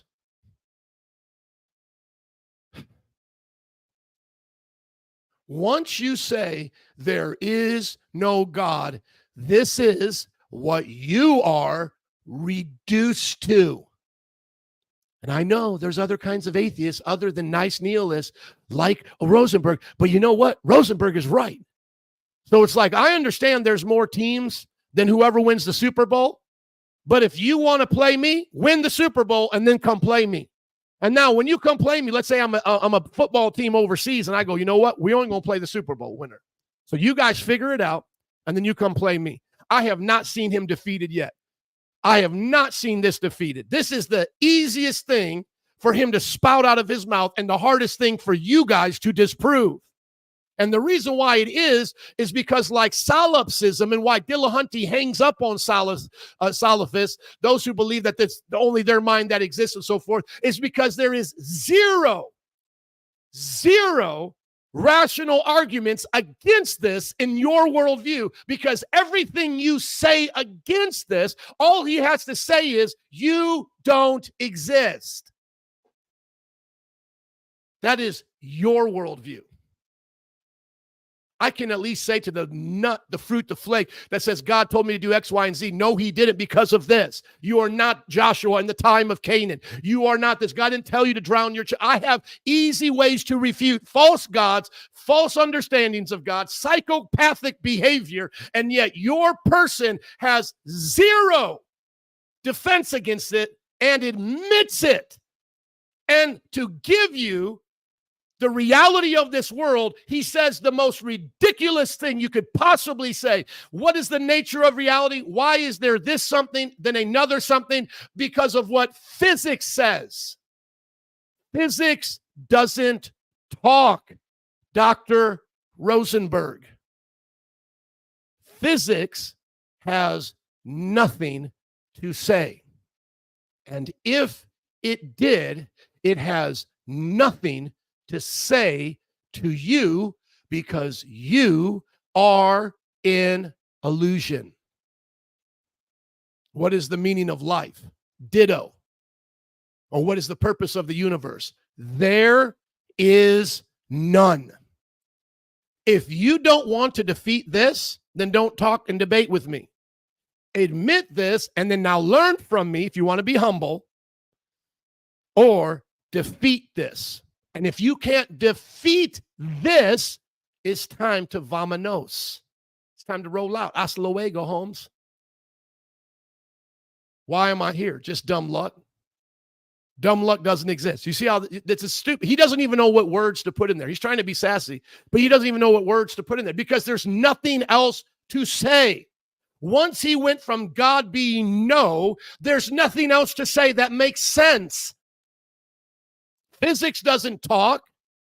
And if there is no purpose of the universe, your book has no purpose. And if there's no meaning of life, your book has no meaning. And if there's a such thing as dumb luck, then why does dumb luck work in such an organized way? But dumb luck to him is not teleological, guided by design. By him, it's some kind of a force like physics that can exist and talk. Does prayer work? Of course not. Is there a soul? An immortal? Is it immortal? Are you kidding me? Is there free will? Not a chance. Do you understand what you're left with when you say that? What happens when we die? Everything pretty much goes on as before us, except without us. What is the difference between right and wrong, good and bad? There is no moral difference between them. This is your daddy talking. This is your daddy. This is your sky daddy. Talk about Christians and their sky daddy. This is your sky daddy. Your sky daddy talking to you now, making fun of our apostles and prophets. This is your guy. This is your guy. Middle Eastern sheep herders from the Bronze Age aren't going to teach me nothing. This guy's your teacher. This is now your instructor. This is your person. This is your fly around the manure saying, come on, it's good. Get it while it's good. The getting's good. Why should I be moral? because it makes you feel better than being immoral. But remember, according to him, there is no you. So at the end of the book, he should have deleted every you and I and he and she and they out of his book if he wanted to be honest, but then it would have been unreadable. Is abortion, euthanasia, suicide, paying taxes, foreign age, or anything else you don't like? The you don't exist. Forbidden, permissible, or sometimes obligatory. Anything goes. All right. Now, let's listen to your guy. Your guy sit down with a bunch of other guys that believe just like him or share enough in common with him that can't defeat what he says, but have to find agreement. Let's see them explain to us consciousness. I'm fighting. Rosenburg going to start it off. I usually listen to him at double speed. I'll put him at 1.5. Problems with consciousness. I would thought that today, this afternoon, we'd be talking about the Mysterians' problems with consciousness, right? Why? You think it's like not even on the table anymore? Find a problem. Well, the problem of qualia, the problem of subjective experience, the what it's like to be a fat problem, the things, of course, that Dan has spent a lot of time fighting against for a long time, and which we all appreciate that he's done the good. No, but it obviously it's like whack-a-mole. You know, we've got Nagel again giving us this crap, and it's being taken seriously all over the place, right? Now, I need to explain now. Yeah, you probably want to say, give the story quickly. well, it's the idea that there are that there is a what it's like to be conscious that is incapable of being captured by third-person neuroscience, that there is an aboutness of human thought that is incapable of being realized by... Oh my gosh. It's like I don't do good at reactions either. People say I talk too much. How long is he into this? He's like, have I listened to it for like 30 seconds? He's literally going to argue against what we call a soul and what it means to be a you while being a you. I mean, I'm just going to let this play out. I mean, if you didn't get it from his book and you don't get it from this, there's just no more helping, because the Bible says there's a point where I can't even answer anymore.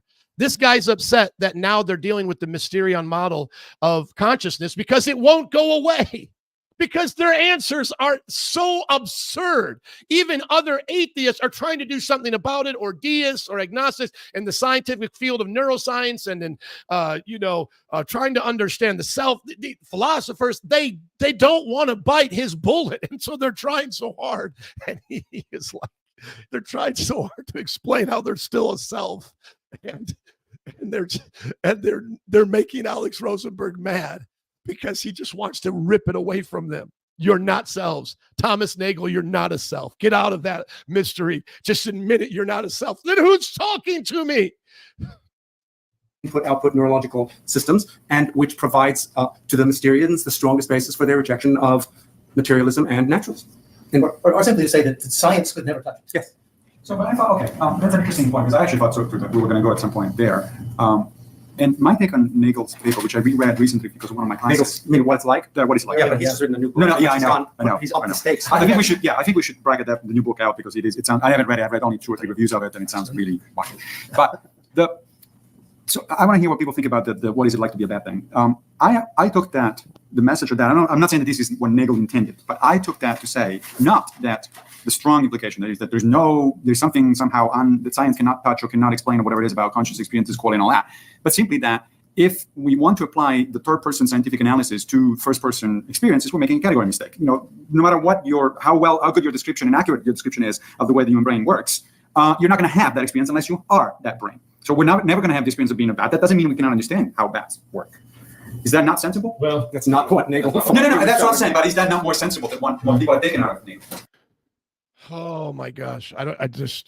This is where my patience has to come in. A self is self-referential. A self alone knows itself because it is the self. You cannot reduce the self down to something other than the self and it still be the self.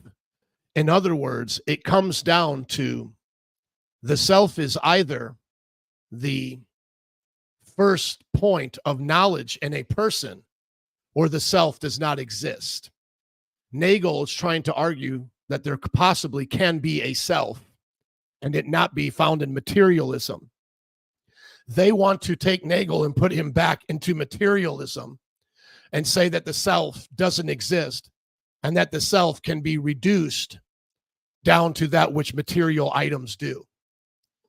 They are doing this, I cannot express this enough, while being a self. They all are listening to each other respectfully. They are not treating each other like pops, cans of pop that are shaken up and fizzing. They have agreement and disagreement. They are trying to change each other's mind. They are showing like and dislike towards Nagel, even towards each other. They are bearing forth every single attribute of a self, and yet they don't want it to exist. And let me just go there with you. Chat. Let's go back here. Let's come out. Like I said, I'm not in a hurry. Help us, Lord. Help us, Lord, to love the fool. Help me, Lord, to love the fool. Help me to love the fool when they act so foolish. Explain Nagel's view of the self like I'm for. Just so everybody here can get it. Nagel's view of the self is kind of like this. Imagine you're playing with the toy. You see the toy, you can touch it, and you know it's there. Now think about how you know you're you. That's like how Nagel thinks of the self. He says that when you think about yourself, it's just not seeing a toy from the outside. It's like knowing something from the inside. He believes that there's something special about how we understand ourselves, like a hidden world inside our minds that only we can see. So it's irreducible. It can't go any further. We can think about our feelings and experiences in a way that's different from how we think about things like toys or the world around us. That's what makes you you in a way that no one else can understand. Why does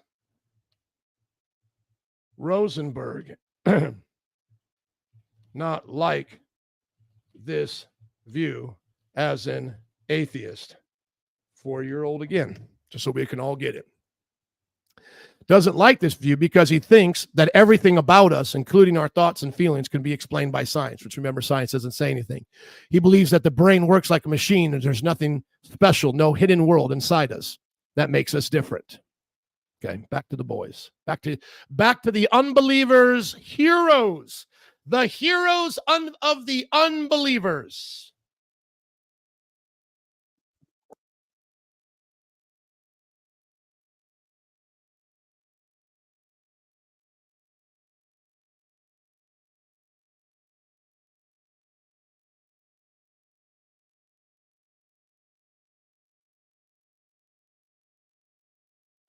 Are you see? This is where I'll get people lost. I mean, I had a dear brother here bringing up what do we call Lee Strobel? I don't even know if there's any nerds left here, but trust me, we're on a much different level than Lee Strobel. Not trying to make him feel bad at all. So I might have lost my Christians. The atheists already got offended. I might just be talking to myself, a madman screaming into the wind.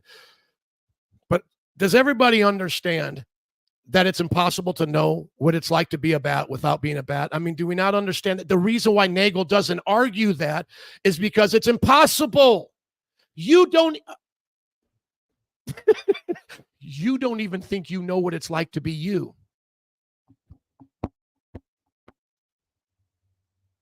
And yet you now want to tell me you.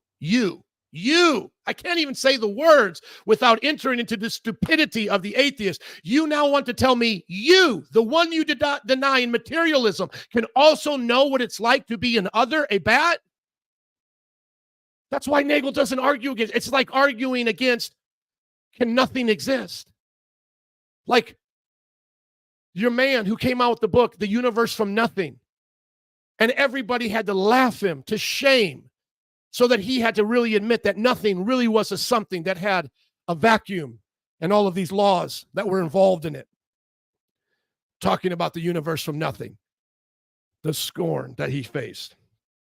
Let me go back here. Let me just stay on. What am I on the chat? Yeah, I'm on the chat right here. That's what you guys are seeing. Book, Universe from Nothing, Scorned, even by atheists, because no thing can exist. The book of Universe from Nothing by Lawrence Krauss is criticized even by some atheists because how it deals with the idea of nothing. Krauss argues that the universe could have come from nothing, but when people read his explanation, they realize that the nothing he talks about isn't really nothing at all. It still involves quantum fields, physical laws, or something like that. Many atheists and critics, including philosophers, scorn the book because they believe Krauss is playing with the definition of nothing. In everyday language, nothing means literally no thing, no space, no time, no laws, no particles. But Krauss's version of nothing is more complicated, is more like a complicated vacuum. Isn't that what I mentioned? Which still has some kind of structure. This leads to the criticism that he's not really answering the big question of how everything truly came from nothing. Dennett is upset. Daniel Dennett is upset that Nagel is saying we can't know what it feels like to be a bat in materialism because we can't even know what it feels like to be ourselves. Know you. What do you guys not get about this? Help me, Jesus. Help me, Lord. Burning calories today, tell you that. Well, if this is the way he talks to unbelievers, no wonder nobody wants to listen to him. Now, sometimes you got to show some passion. Sometimes you got to do some Jesus in the temple stuff in different locations. This is Jesus in the temple of the unbelievers' gods and their false idolatry. A little bit back on Dennett here. He assumes that we can never know what it's like to be a bat, and then he argues about what the implications of his premise are. Right. And that's a huge bit of misdirection right there. But then there is a fundamental ambiguity in his paper, which I think I finally got to the bottom of. There's two senses in which you could be making the assumption that we cannot imagine what it's like to be a bat. One is we just lack the pigments on our palate to imagine it because bats are so different from us. And the other is, whether or not we could imagine it, we could never confirm that we've done it successfully. To compare, we could never imagine what the winning lottery number in tomorrow is. Well, yeah, you could by accident. You just wouldn't know if you were right till the next. Yeah, obviously you would never know if you did it because there is no such thing as the knowledge of a bat. They're already assuming there's the knowledge of what it means to be a bat. If you are joining and you're trying to figure out what I'm talking about, we are so deep in the weeds right now. One of the atheists, and I believe, I don't know if we call Nagel an atheist. Let's see, is Nagel an atheist? Let me go back to where I had him here. Is Thomas Nagel an atheist? I don't think he was. Okay, he does consider, but he's a unique kind of atheist. Okay. So, that's where you kind of get into definitions. Basically, what we're trying to show is that there's no soul. That's what they believe, right? Nagel is arguing that there can be something like a soul that's not reducible down to physical processes, okay? And then because of that, these naturalists are upset because they deny that there's even a you inside of you. You're only just chemicals. And what they're trying to say is that one of Nagel's kind of assumptions is that we can't understand what it's like to be a bat. Therefore, we couldn't understand what it's like to be us because these things are not just merely physical ideas or scientific knowledge. They're actually experiential that are found in the seat of what we would call a soul. And by the way, the Bible says that these kind of animals even have a nephesh, a soul. So there is a soul within certain kinds of living creatures as well as humans. Okay, we share this in common with them, though our soul is made in the image of God. And now Nagel is trying to say that, if we could do this, we wouldn't even really know if we did it right. Of course, because you don't know if you do anything else right. Physics and science doesn't talk to you. You talk to yourself as a soul as you discover the knowledge of God. You would have no knowledge of anything, let alone a bat, if you did it right. Instead. So there's a question about whether it's confirming imagination or whether it's just not being able to render in imagination what it's like to be a bat. I think you understand it's all an imagination. And in this world, everything's an imagination. Everything's an illusion. A lot of people think because he's talking about bats that he means the first. Because we don't have echolocation, because, so forth, we don't have the pigments in our palate. We just can't do it. But in fact, that's not what he means, or at least he abandons that. Because I once put it to him point blank on Justice Point. I said, suppose you had a twin brother who was also a philosopher. Could you imagine what it's like to be him? If it's pigments, he should say, yeah, of course. He said no. Then what the heck is exactly? Because he's not a mere materialist. And you would never know what it's like to be the knower. The knower only knows themselves and the God who has thus made them.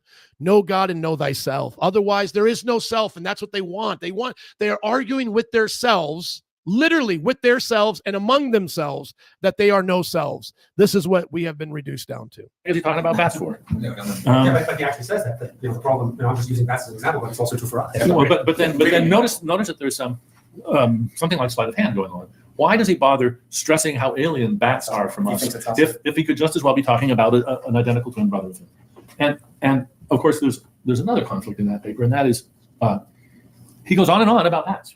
Why? Because presumably it's telling us something about what it's like to be a bat. And why wouldn't more of the same tell us more and more about what it's like to be a bat? And Richard, of course, if you were here, would chime in that how furious he is at Nagel because what Nagel took and put in that paper was developed by a well-known British bat scientist during World War II. And, well, Yes, and the reason why they have the knowledge of the bats and it can continue to differentiate the knowledge they have of a bat in themselves is because they're a self, the bat is a self, a soulish being, and they can distinguish between the laws of logic by using the law of identity, excluded middle, things that their worldview does not account for. Well, like in other words, like Nagel's like one step further down the road than they are, okay? the caveat is, and I went to the paper on what it's like to be a bat. You know, it's, Yes, you can do it. I mean, the very premise of his paper is just wrong. Guys, for those of you who are not following us on Twitter, somebody just tweeted the following. In honor of move naturalism, here are some bat embryos. And what is it like to be a bat by Tamil Nobel? And there's a picture of 3 bat embryos that these guys posted into our discussion. So. Yeah, that's literally the best that the world has to offer, okay? Think about it. We can know what a bat is like scientifically because we can research a bat. Ha, ha, ha. This guy's saying that you don't know what it's like to be a bat is really wrong. No.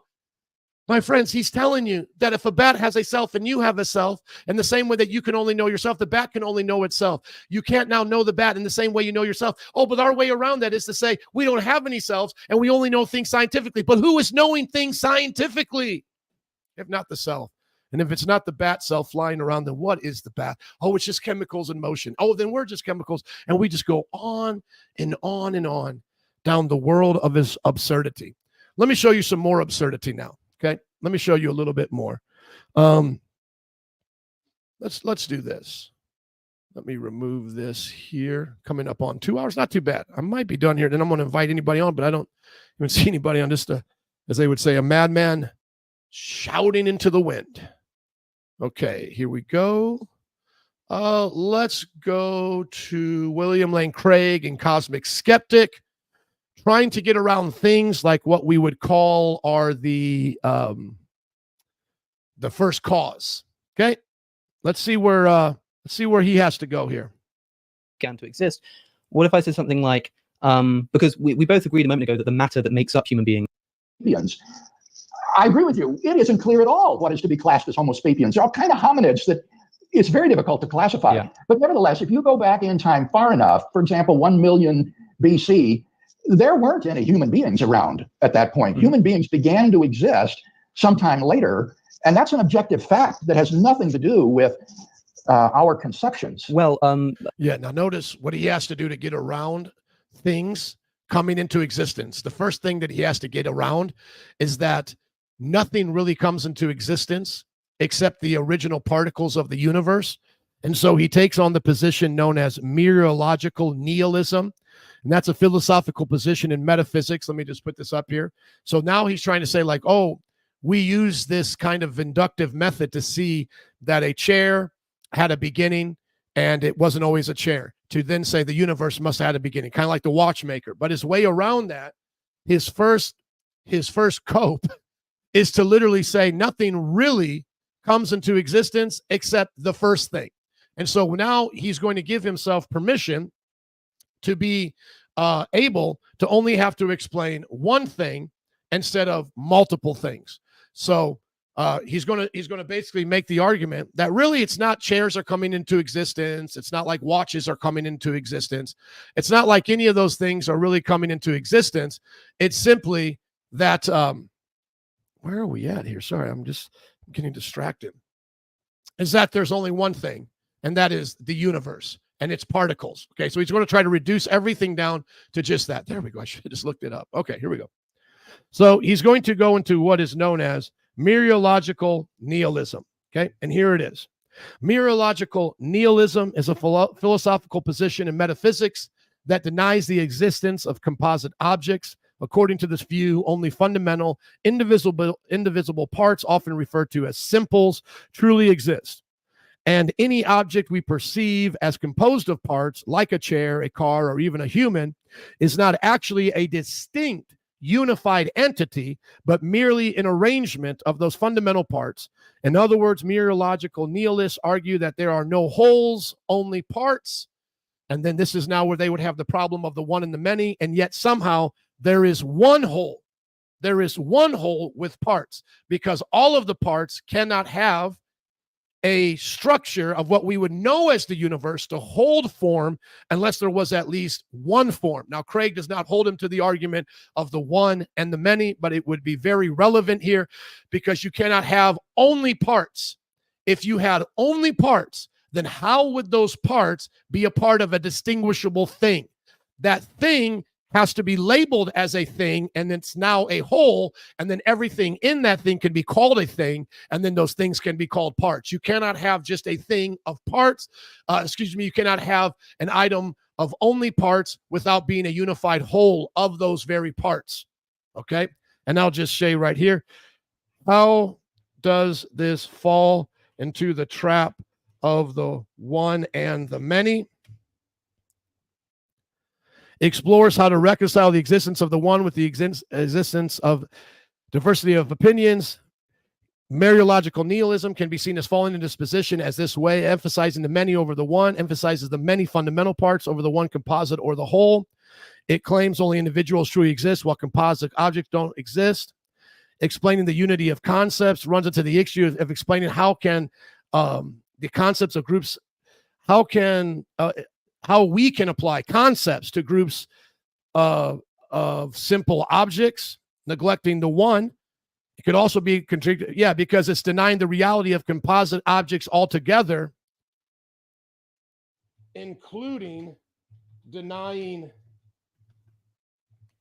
itself as a whole, because parts cannot alone be unified unless a whole. Correct? Yes, exactly. You've identified a key self-referential problem with that of mereological nihilism. It denies the existence of wholes, but relies on the concept of a whole to even make sense of the parts.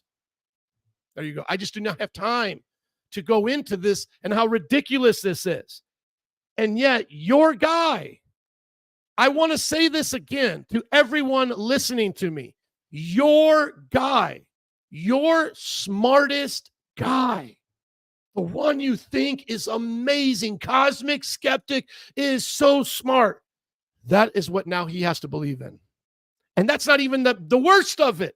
The worst is coming ahead, that even though he only has to believe in one something, not all of these other somethings coming from nothing, just one something, the particles in the universe, which makes no sense, is self-contradictory by the whole, which it says it has no holes because it's only parts, and it falls to the problem of the one and the many. He then, after he asserts that nonsense, will then say that this whole, which he denies, can come in as parts of particles that has no objects, only parts, no holes, only parts.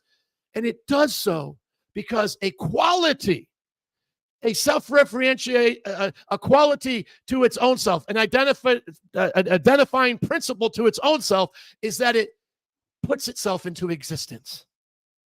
Allow me to try putting the same statement you just made in different words. You said human beings began to exist. What if I said something like, because we both agreed a moment ago that the matter that makes up human beings already existed, even if the human beings didn't. What if I said something like, the matter which exists arranged itself in such a way that we would label Homo sapiens, right? That seems to me the same thing as saying that the Homo sapiens began to exist. Well, if we would label it correctly, but there is an objective fact here.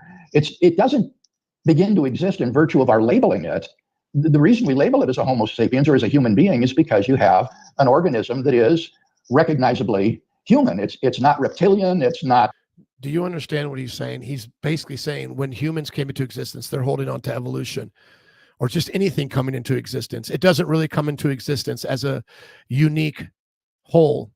It is simply an aggregate of parts, and we're putting a label on it. And William Lane Craig is trying to say, just calling it a new restructuring of the parts doesn't help you, because it's actually a unique thing. Otherwise, and he's going to say here in just a little bit, you have to believe that humans have existed, that people have existed, that chairs have, everything has existed at the same time, because their particle has existed. And if you want a way around that, the only way around that is to identify that we're not just in a world of parts, we're also in wholes, which by the way, itself is of a whole.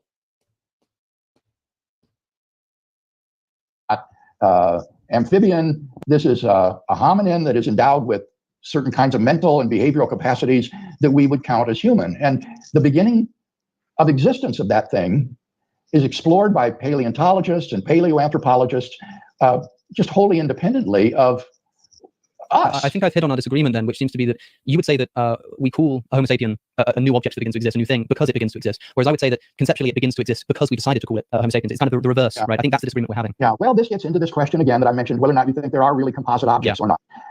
And however you come down on that, there are going to be certain entities that are not composite objects, like fundamental particles, like electrons and quarks and so forth. And I would say persons, like yourself. And these provide clear-cut examples of things that exist that are not just arrangements of prior matter, and therefore don't have any objective reality. Well, okay, so the reason why I wanted to make this argument is to try and get across the point that I feel that the only thing that, if anything, has meaningfully begun to exist, the only thing that would fulfill that criterion would be the universe itself, because everything within the universe that begins to exist in a conceptual sense only, is the argument that I was trying to make. But clearly you disagree with that. That's right. I suppose.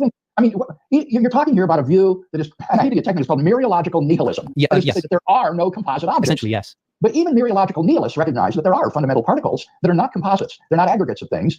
And some, like Peter Van Inwagen, would say that living things, like horses and humans and persons, are also not just aggregates of material, because they are alive and therefore have a kind of unity. Once again, do you realize the cope they have to go to? They have to deny objects, but only parts, while denying that the whole thing of the part exists as itself a whole. And they deny that this is the way that the universe actually works. And so therefore there isn't actually anything made. They have to deny this, that there's actually anything new. They have to accept all of this. And then they laugh at you. They laugh at Christians. They think they're so smart. And this is what it's been reduced down to, brothers and sisters. This is his way out of the cosmological argument. Anything that has begun to exist has a cause. The universe has begun to exist, therefore it has a cause. And then it would be like, you can go back over it. If anything has begun to exist like the universe, God can be the only explanation of that cause. The universe has begun to exist. Therefore, God is the only rational explanation of the cause of the universe. You know, something like this. He is trying to get out of this by saying that the universe really doesn't have things coming in and out of existence that we can use as something inductively to see this as a matter of common sense, that there's nothing really existing except particles themselves, and that there's no real wholes, there's only parts. And then he's going to have to then say that the only reason why that the universe can be the way that it is because it creates itself. It's its own mommy and daddy. To their being that goes beyond being merely an aggregate of material things. So I think the person who's going to take the line of mereological nihilism, well, it's worse than mereological nihilism. I mean, he has to say that there are no fundamental objects. Well, I'm not sure that's the case. For instance, if we accept that fundamental particles exist, what we mean by fundamental particles are simply things that can't be broken down any further. And so what we mean when we say beginning to exist is a rearrangement of fundamental particles in such a way that it, kind of, that it gives rise to arbitrary labeling as a new object, right? So that's the kind of view that I would take. Not that there aren't composite things, but that everything that begins to exist is just an arrangement of composite things. All right, that's not an arrangement of fundamental things. Yes, but if you break it down far enough, yes. Right. Yes, okay, then that would be a consistent view. It's a very radical view, one that I wouldn't hold. I can't see any good reason to be a mereological nihilist. But in any case, I don't think that would subvert the argument for the universe beginning to exist. Right. Because in that case, you can rephrase the argument, not such that. He just tries to soften it. Even though he's arguing about it, he tries to soften it because now he wants to say, well, the arrangement is what I'm talking about. I do understand there's a different arrangement. And that's really, if you watch the discussion that Craig had to back him into, because if he doesn't agree that the arrangement makes a different thing, then all things have existed all at once for the same amount of time. And so now he's like, yeah, I can kind of see that. And I do have respect for him, by the way, of learning, because it seems like he's learning with Dr. Craig here now. And now we'll get to the greater fallacy of his belief. The universe began to exist, but you could say all fundamental particles began to exist. Sure, but then you see how that just completely undermines the idea of the common sense experience of things beginning to exist. Because although it may make philosophical sense to talk about fundamental particles beginning to exist, we wouldn't be able to say something like we've observed it happening. Oh, no, I think that's not right, Alex. What it requires is a modification of the second premise, not the first. The first premise, that whatever begins to exist has a cause, would remain intact. It's just that on the mereological nihilist view, very, very few things begin to exist because they don't exist. There are no people, there are no horses, there are no skyscrapers, there are no chairs. But if you reformulate the second premise so that it states not the universe began to exist, but all the fundamental particles began to exist, you get the same conclusion. Okay, so perhaps I can explain why, because you say it's at least a consistent worldview. Let me try and explain why I thought this would beg the question when it came to the Kalam, was because if we accept the view that everything that begins to exist as we observe it in the world, let's say, is not actually beginning to exist in a meaningful sense, it's just a rearrangement of pre-existing matter.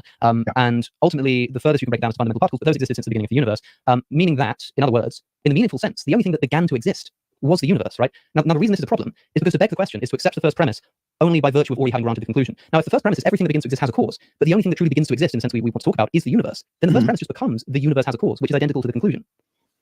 No, it just means that the universe would be the only instance of that first premise. That I want your listeners to understand how radical the view is that you're expressing here. It's not just that things don't begin to exist. Oh my gosh, because he goes back to, he says he's denying it, but then he goes right back to it. And that's why Craig has to go, you can't have your cake and eat it too here, dude. It's rather that these things don't exist at all. There are no such things as chairs and planets and people and skyscrapers. None of these things actually exist. And that's why they don't begin to exist. The only thing that begins to exist would be these fundamental particles. Once again, I don't even know if anybody cares, but I just have to explain it. He's trying to say, yes, I'll admit that in some sense they exist by being rearranged differently.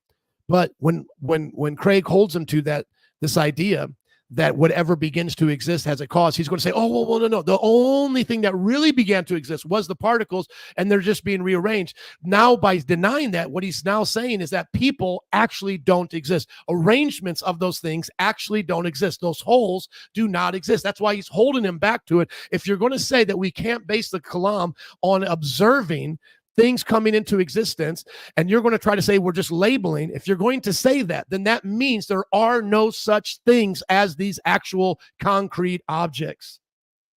And so this is you can take that line if you want, but it's really a radical view because I know that I exist. I think Descartes is quite right about that. If there's one thing I can't doubt, it's that I exist. And I began to exist. Look, we're right back here. That's why, see, this is where, honestly, people think I'm silly by going to Rosenburg and so forth. That's literally where Connor finds himself. O'Connor finds himself in the same place because he, the self, which only just is mentioned in passing by Craig here, but if he himself if his point is right, then he himself doesn't actually exist. He's just a composition. I don't know what word I'm trying to say there. A composition of particles. So his self is not really coming into existence. So he doesn't have a self either. I mean, it's the same nonsense. Exist. So I think this is not, this is sort of like an academic way to try to escape the argument, but it's not a plausible solution. The person really is looking for truth. The two observations I'd make is potentially first to say that on the Cartesian view, yes, you can know you exist, but I'm not sure you could therefore know that you began to exist, but just on the Cartesian view. Fair enough. But and secondly, and kind of important here is that you say that by denying that things begin to exist, I deny that things exist. I would rather frame it as saying something like the limits of an object, and for people who are listening, what I mean by that are the boundaries of the thing that make it that thing as opposed to something else, right? The definitional boundary that you would not know if you began to exist. Look at that. So I'm panpsychic now. So everything exists at the same time in the same kind of psychological way. I mean, that's his argument to when Craig says, well, I know that I exist. Okay, well, you would know you exist, but you wouldn't know you had a beginning to your existence. Dude, now we have to go back to the other part. This guy is like whack-a-mole right here. Craig wasn't using the argument of him knowing himself as a self to nail down the beginning of something. He was nailing it. He was using that to show that a person is actually not the exact same thing as another person, and that person is not the same thing as a chair. And so that's what he was using it for. When you want to know why he believes he began to exist, he then goes into his scientific argument of when his body began to exist and he began to have a experience as a self. It's like he doesn't even get, Connor doesn't even get what his point was about that. His point was used to differentiate things, not whether or not things had a beginning, because he's going to get stuck on the beginning right now of Craig's point and miss that Craig was trying to show that there are actually things that destroys mereological nihilism. You put around that thing is not a property of the thing, but a property of us in a way, right? So it does exist conceptually. So I can make sense of saying, here is a book. But what I'm saying is that my calling this a book and my saying that this has boundaries such that this is a book and this other thing over here is not that book is a product of my mind, right? But it's like it does conceptually exist. However, the actual boundary itself is an arbitrary. It's a mind-dependent reality. That's why I said this is a sort of anti-realism that is extremely implausible. You're saying that you construct reality by imagining these boundaries, but these are not mind-independent realities. If there were no people, there would be no books and planets and galaxies and stars. Yeah, it's a strange metaphor. See, exactly. Do you hear him? Listen to your hero. Please listen to your hero, Alex O'Connor, say, this is a strange thought. Not only is it as strange as he's going to, he admits here, but he will admit later that his other thoughts are absurd. It's not only strange, it's absurd. And I know he's going to say it sounds strange, it sounds absurd, but it's not really strange or absurd in that way, I guess. But my friend, if it quacks like a duck, it is a duck. Come on. This is absurdity. You're saying that the only reason why there's a book today is because we label it a book. The only reason why there's these things here today is because we label him those things. This is all trying to get out of the common sense observation that things start and have beginnings. And so the universe, even as science has shown, has started and has a beginning. This is his way around this. I would say that calling something like anti-realism might be misleading because of the fact that I wouldn't say that nothing exists independent of the mind, right? But it's like it does conceptually exist. However, the actual boundary itself is an arbitrary. It's a mind-dependent reality. That's why I said this is a sort of anti-realism that is extremely implausible. You're saying that you construct reality by imagining these boundaries, but these are not mind-independent realities. If there were no people, there would be no books and planets and galaxies and stars. Yeah, it's a strange line of thought. I would say that calling something like anti-realism might be misleading because of the fact that I wouldn't say that nothing exists independent of the mind, right? I'm not saying that things existing or rather, existence is a product of the mind. What I'm saying is that categorizing that which exists into independent objects is a product of the mind, right? Right, except for fundamental particles, which themselves began at the beginning of the universe. Now, this would be the only mind-independent. And it just seems like he's going back in a circle. Now he's going back to, okay, well, I'll admit that they exist. Like the chair actually does exist, and it's not my label that causes it to exist. Okay, so I'll go there with you. But that was Craig's whole point of trying to show they do exist separately as objects. Okay, now if you're doing that, now if you believe in that, you're rejecting mereological nihilism. And now you're back to where we first started. Things do not have eternal regressions in the past. They have infinite beginning points, or rather finite beginning points. Independent realities on this mereological nihilist view that we just conceptually set boundaries to things and so construct the world of objects around us, planets and galaxies and stars. Yeah, it's a strange line of thought. I would say that calling something like anti-realism might be misleading because of the fact that I wouldn't say that nothing exists independent of the mind, right? I'm not saying that things existing or rather, existence is a product of the mind. What I'm saying is that categorizing that which exists into independent objects is a product of the mind, right?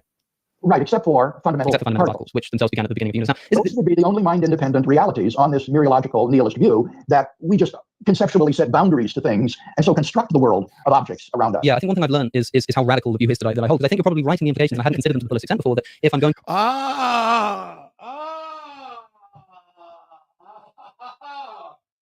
Oh, wow. So you mean that Dr. Craig is not such the Oompa Loompa you guys thought he was? Oh, we love Alex O'Connor. He just destroys all these philosophers, and Craig is so low tier.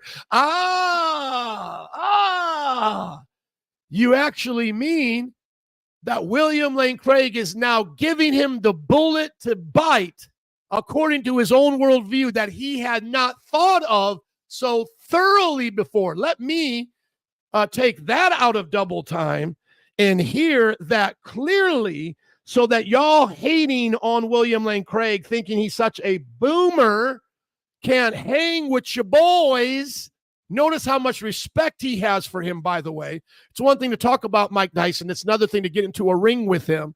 It's one thing to talk about Dr. William Lane Craig. It's another thing to get into the ring with him. And this young man, I respect him. I actually like his demeanor. I believe we'll see him a Christian in our lifetime. I'm going on record for that. I'm not saying God told me. I'm just saying my guess, my intuition is that he becomes a Christian in our lifetime. That's my guess. He may not. And I'm not saying God told me. I'm just saying I want to go on record on calling this, who's going to win the Super Bowl, whatever. I'm just calling this. I just think he has so much respect. He gets a lot of what's being said where others, it goes right over their head. And I just appreciate him, right? Now, notice how he talks about Craig. Not the way y'all talk about Craig. Notice the way he talks about him.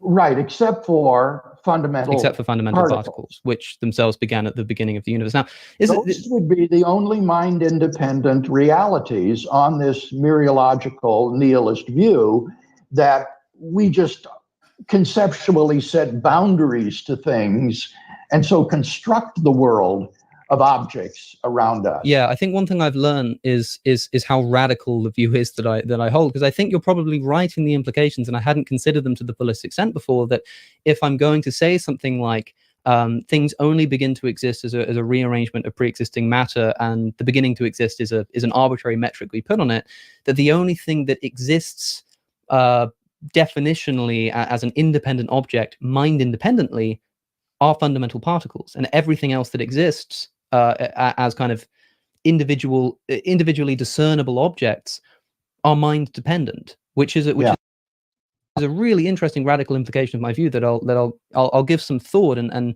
for my listeners, I'll try and write an explication on that view. Okay, now right there, I don't have his follow-up. I think I remember listening to it, but I don't remember it offhand. I think there's a follow-up that came after this. Boom, respect. Now, notice this. This is not the guy at that point. It's like in a wrestling match. He's tapping. At this point, you get him up. You do not kick a man while he is down. He has now learned from our best, one of our best, and he has now humbled himself to admit that he has not thought this through and that now he's going to think it through more. Tip my hat. The reason why I played this is because someone was trying to answer his question, my question, with Alex O'Connor, and they did not answer this problem here. Okay. Now, they said some of his stuff, but they didn't answer this. So if you have his answer to this, why is there a something the way our something is instead of another kind of something? Now you can answer it. And if you want to quote him, that's fine. But you better give it the answer that has the weight behind it to get out of the self-contradictory nature of mereological nihilism that I pointed out, the problem with the many and the one. And then what Craig is pointing out is that you then have to admit that no actual objects exist as a whole, only in the mind as conceptions. So unless you can answer those 2 points, and I'll see how long I leave comments playing, but I'll remind you of it by tagging it in right here, the one and the many, and then that objects don't exist except as concepts in the mind. Unless you can get around that, you are in a self-contradictory position, starting, as Craig even mentioned, with yourself, because in yourself does not exist. The other person does not exist unless my mind gives them the label that they are a different person. So unless I would have labeled them, they wouldn't have existed. And then you go all the way back down into solipsism, and solipsism would believe that only one mind exists and we're all products of it. Somewhat like similar, we're living in the dream of a god or so forth. Okay. Those who are joining with us, you have gone down deep into the weeds. Come back and listen. If you are an unbeliever, hang on. I said I was going to get it all out. And then in a few moments, I'll bring you up, but I'm going to hold you to those questions. I'm playing 21. I am playing horse, and I'm certainly not playing polo. All right. Respect for him for saying that. And then now let's get to what I believe is even a more redonkulous. If you didn't think it could get more redonkulous than that, it actually does. It actually gets more redonkulous than him denying objects except by our labels of conception, our conceptual labels. So if you do take that view, this sort of mereological nihilism, then you're right. We wouldn't have any inductive examples of things that begin to exist. Right. Oops. Oopsie doopsie. Let me put this back up. Biddy boop. Okay. I don't know if you guys heard that. Let's go. And an object, mind independently, are fundamental particles, and everything else that exists as kind of individually discernible objects are mind dependent, which is a really interesting radical implication of my view that I'll give some thought, and for my listeners, I'll try and write an explication on that view. So if you do take that view, this sort of mereological nihilism, then you're right. We wouldn't have any inductive examples of things that begin to exist. Right. The first premise would still be true, that whatever begins to exist has a cause, but we wouldn't have any examples of things that begin to exist other than these fundamental particles. We still got all of those to deal with, and that's fine, but you wouldn't be able to, as you say, appeal to your common experience on this view. Yeah, so this is why that's a fair point. And this is why I thought it begs. Do you own your own home in Illinois, but still rent your electricity? For a limited time only, homeowners in specific zip code. Question was now notice this, because it's about ready to get more ridiculous. Craig reduces it down to his mereological nihilism. Okay, you don't want to believe anything exists. Yourself doesn't exist. I mean, he's basically just conceding the point for the sake of argument, because Craig can still say, and we can still say, where did all the particles come from, dude?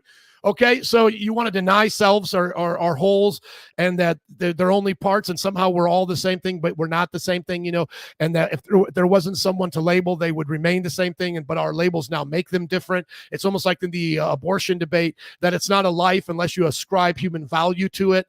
Oh, man, I mean, this is just crazy, right? Okay, so Craig's like, okay, I will accept, think about this, for the sake of argument, Craig is willing to accept his mereological nihilism, but then put him right back in the same place, which is, why do these particles come into existence? Where did these parts come from? Okay. was because, and I guess the implication is more radical now that I think about it, but the reasoning I was thinking of was, well, if the only thing that ever really began to exist was the universe, then as you say that the first premise, although it doesn't become the conclusion, it means that the only thing which begins to exist is the universe. So when we say everything that begins to exist has a cause, the only example we can think of is the universe. And so by saying the first premise, you're essentially believing that because you believe the universe has a cause. Oh, no, now there I think that's a mistake, Alex. Okay. I have actually reformulated the Kalam cosmological argument to make it more modest by rephrasing the first premise in the following way. If the universe began to exist, then the universe has a cause. Second premise, the universe began to exist, therefore the universe has a cause. So that statement of the argument would be fully in line with mereological nihilism. If the universe began to exist, then the universe has a cause. Or if the fundamental particles began to exist, then they have a cause, et cetera, et cetera. So it would just mean that it's not begging the question. It would just mean that you couldn't use the sort of inductive argument that I appeal to. Quite right. As you point out in your series about objections and about the objection of circularity in particular, you say, well, arguments don't beg the question, people beg the question, right? And so I would agree with you that if you reformulate the Kalam, or even if you keep it in the original form but use a different justification, you're not begging the question.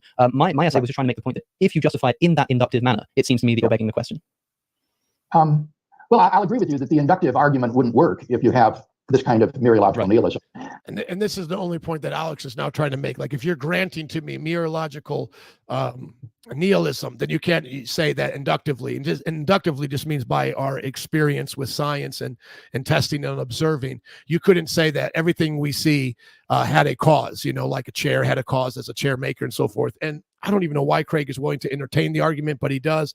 So he then tries to show him, yes, I couldn't back up the premise of things having the universe needing a cause because I see other things that have a cause. You couldn't use that inductively. That's basically what he's saying. But I wouldn't give that up. But Craig is doing that, I guess, to be nice or to just try to make it as modest as possible. And then I would fall back on the two metaphysical arguments, which for me are the most important, as opposed to the inductive argument. So the kind of other justification that you might give, and the one that I found really interesting, was saying, if things can come into existence out of nothing, that is, if you deny the first premise, then why doesn't it happen all the time, right? Why don't things begin to exist out of nothing all the time? Now, my first thought was to say, how do we know that they don't, right? Because to come to being out of nothing. See, even Craig laughs. Like, how do we not know? Because if you're going to say that universes can come out of nothing, then why don't pigs and horses, why don't we keep seeing it? And now, this is why I told you it's going to get so absurd. And now Alex is going to say, well, maybe it does. You guys, listen, this is your guy. This is your guy, and he is proposing to you that possibly all types of things come out of nothing to save the belief that the universe can come out of nothing. To save the belief that the universe can come out of nothing, he is willing to give us all a chuckle and to believe that, you're right, everything can come out of nothing. You want to talk about make-believe. You think we play make-believe. Would surely imply coming into existence wouldn't work if you have this kind of mereological nihilism. And then I would fall back on the two metaphysical arguments, which for me are the most important, as opposed to the inductive argument. So the kind of other justification that you might give, and the one that I found really interesting, was saying, if things can come into existence out of nothing, that is, if you deny the first premise, then why doesn't it happen all the time, right? Why don't things begin to exist out of nothing all the time? Now, my first thought was to say, how do we know that they don't, right? Because to come into being out of nothing would surely imply coming into existence not within the universe, because everything in the universe is not nothing, as we've said. And so to come into being out of nothing, it would have to somehow come into being outside of the universe, and therefore we wouldn't observe it. So maybe it is happening all the time, but we wouldn't be able to observe it by definition. Here, I think you're making the same mistake that we talked about earlier when you spoke of the horse coming into being in the living room. Yeah. Thinking that therefore it's not out of nothing. And what I explained there was that I'm saying without an efficient cause. That's what I mean by out of nothing. So if things could come into being without an efficient cause, it seems inexplicable why things aren't just popping into existence all around us, things of different sorts, because they don't need efficient causes to bring them into being. This was an argument that A.N. Pryor developed, and I found it just completely convincing. So let me, how can I put this? A horse, how about an argument like this? Now, I've heard what I think might be this kind of line of argumentation from you before, but I don't want to put words in your mouth. So if someone were to say something like, and it seems absurd on the surface, but if they said something like, well, what if it's the case that you... My camera's going on. I think it's gone too long. I can't, 2 hours. I think the battery starts to heat and it starts to go out. He says, this is going to sound totally absurd. I know it's going to sound totally ridiculous. I'm asking you as Christians to walk the fine line of rationality. I'm asking you to never have a speck of anything I would think is dumb or laughable, but I'm going to bring up the most redonkulous ideas I possibly can to try to defeat the God hypothesis. He even admits, oh, this is going to sound absolutely absurd, but notice the lengths he has to go to try to get out of the beginning of the universe. Oh, maybe things just begin all the time. Maybe it's happening all over the place. And you know what? This is going to sound absurd, but just listen to my idea, because I don't want to submit to God. I don't want to believe there's a God. I don't want to take on the belief of a God. I would rather take on this belief. Okay, Alex, tell us the belief you would rather take on. Tell us in make-believe world what you would rather believe. Now, I've heard what I think might be this kind of line of argumentation from you before, but I don't want to put words in your mouth. So if someone were to say something like, and it seems absurd on the surface, but if they said something like, well, what if it's the case that universes are the only thing which can come into being out of nothing, right? A horse can't come into being out of nothing, but there's something about the universe. And we already know that the universe is a special kind of something compared to everything within the universe. It seems to kind of have, we need to think about it in a different way. Yeah. Could we not say something like, well, maybe things do come into being all the time, except the only thing that come into being out of nothing is a universe, and therefore we wouldn't be able to observe it? As Ian Pryor said, just look at William Lane Craig. He's just like, is this where we're at now? Is this where we're at? To get out of the Kalam cosmological argument, we're going to believe in mereological nihilism. Wholes don't exist, only parts. And when we put labels on them, they magically come into existence. And then somehow the whole universe is not a whole, but it's only made of parts, because that would be the problem of the one and the many. And then we're going to get out of the universe having a beginning, with God. We're going to say that universes can come out of nothing and begin, because that's just what universes do. They just, I know it sounds absurd, but it just comes out of nothing. That's just what it does. It's just a property of a universe that it comes out of nothing. prior to its existence, the universe doesn't exist so as to constrain what can come into being or not. So you can't say that only things of a certain kind can come into being without efficient causes, because without their causes, there just isn't anything to constrain it. Yeah, like how in the world would a law even exist that a thing like a universe can come out of a nothing? What principle would even be guiding that? What principle would be guiding universes being able to come out of nothing? Because there would be no thing, there would be no principle to even ascribe to the universe. So I don't think that you can say that only certain kinds of things can come into being without efficient causes. Yeah, now the argument that I didn't want to put in your mouth was one that I've heard elsewhere. People would say the argument that the reason you can't say that only universes can come into being out of nothing is because nothing doesn't have any properties, and so therefore can't have a kind of preference for universes over other things. Yeah. My response to that would be my argument, Alex. That would be one of mine, yes. To say, what if the necessity of it being a universe is not a property of the nothing, but a property of the thing? And let me explain myself.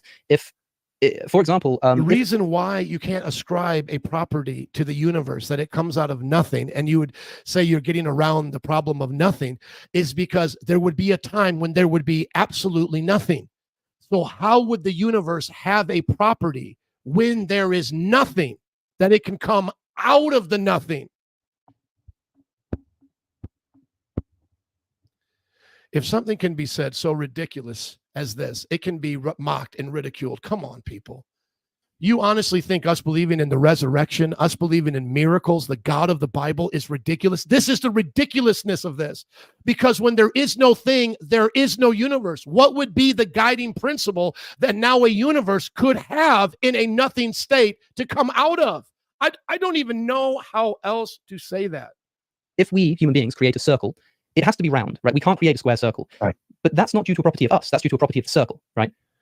The property of the circle existed before we drew the circle. That's what Craig is saying. The property of the universe coming out of nothing would have to be inherent in something grounding it. What's grounding that? It has that principle. God holds all knowledge. That's what I've already shared with you. So God holds the knowledge of what a circle is. We just discover it. God holds the knowledge of what a square is. We just discover it. What holds the knowledge? What holds the principle of a universe coming from nothing?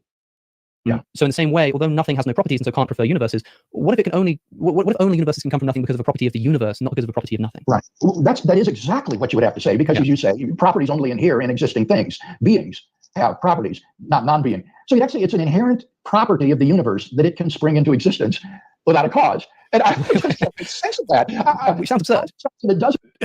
It sounds absurd. Notice this. They're all laughing. And it's just not like laughing at something that you would eventually come around to and go, oh man, we kind of laughed at physics, or we kind of laughed at gravity. No, this is laughing at nonsense. Because if words mean anything, they cannot mean this.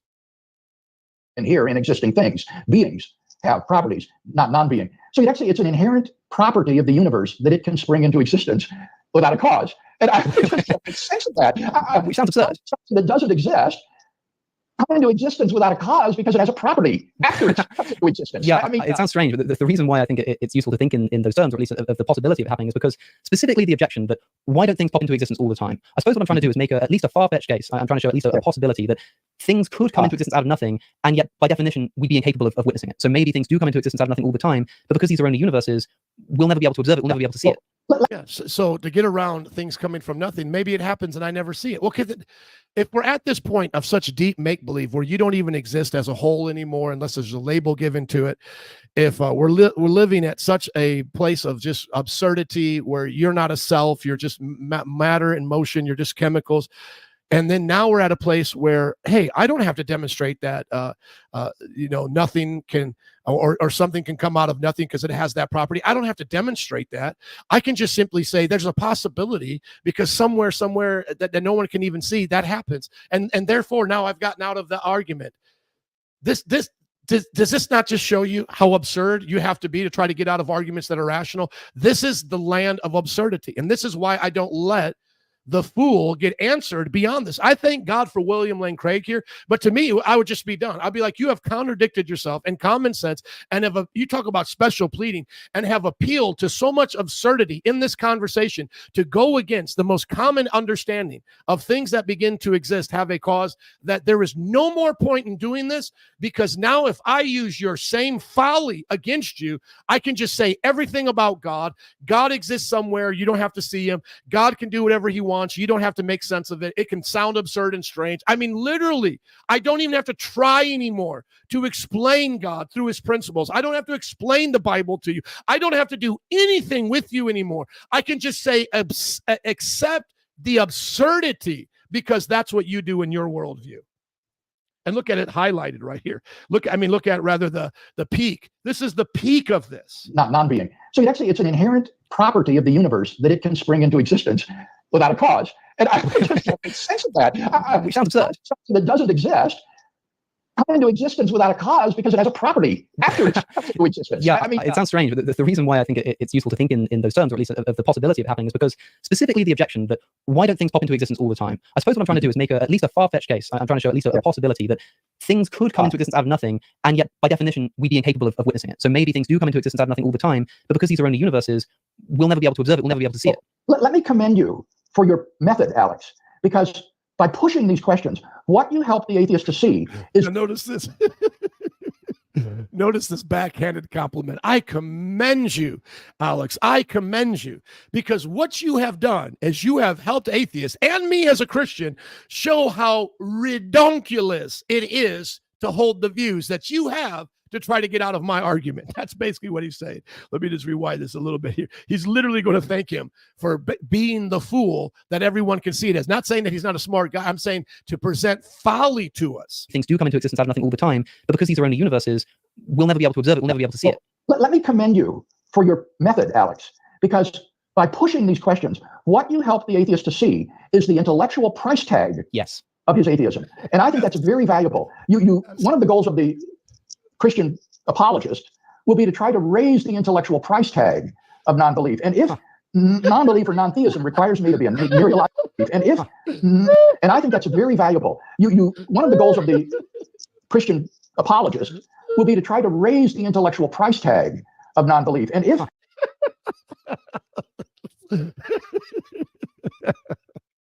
this is a real laugh.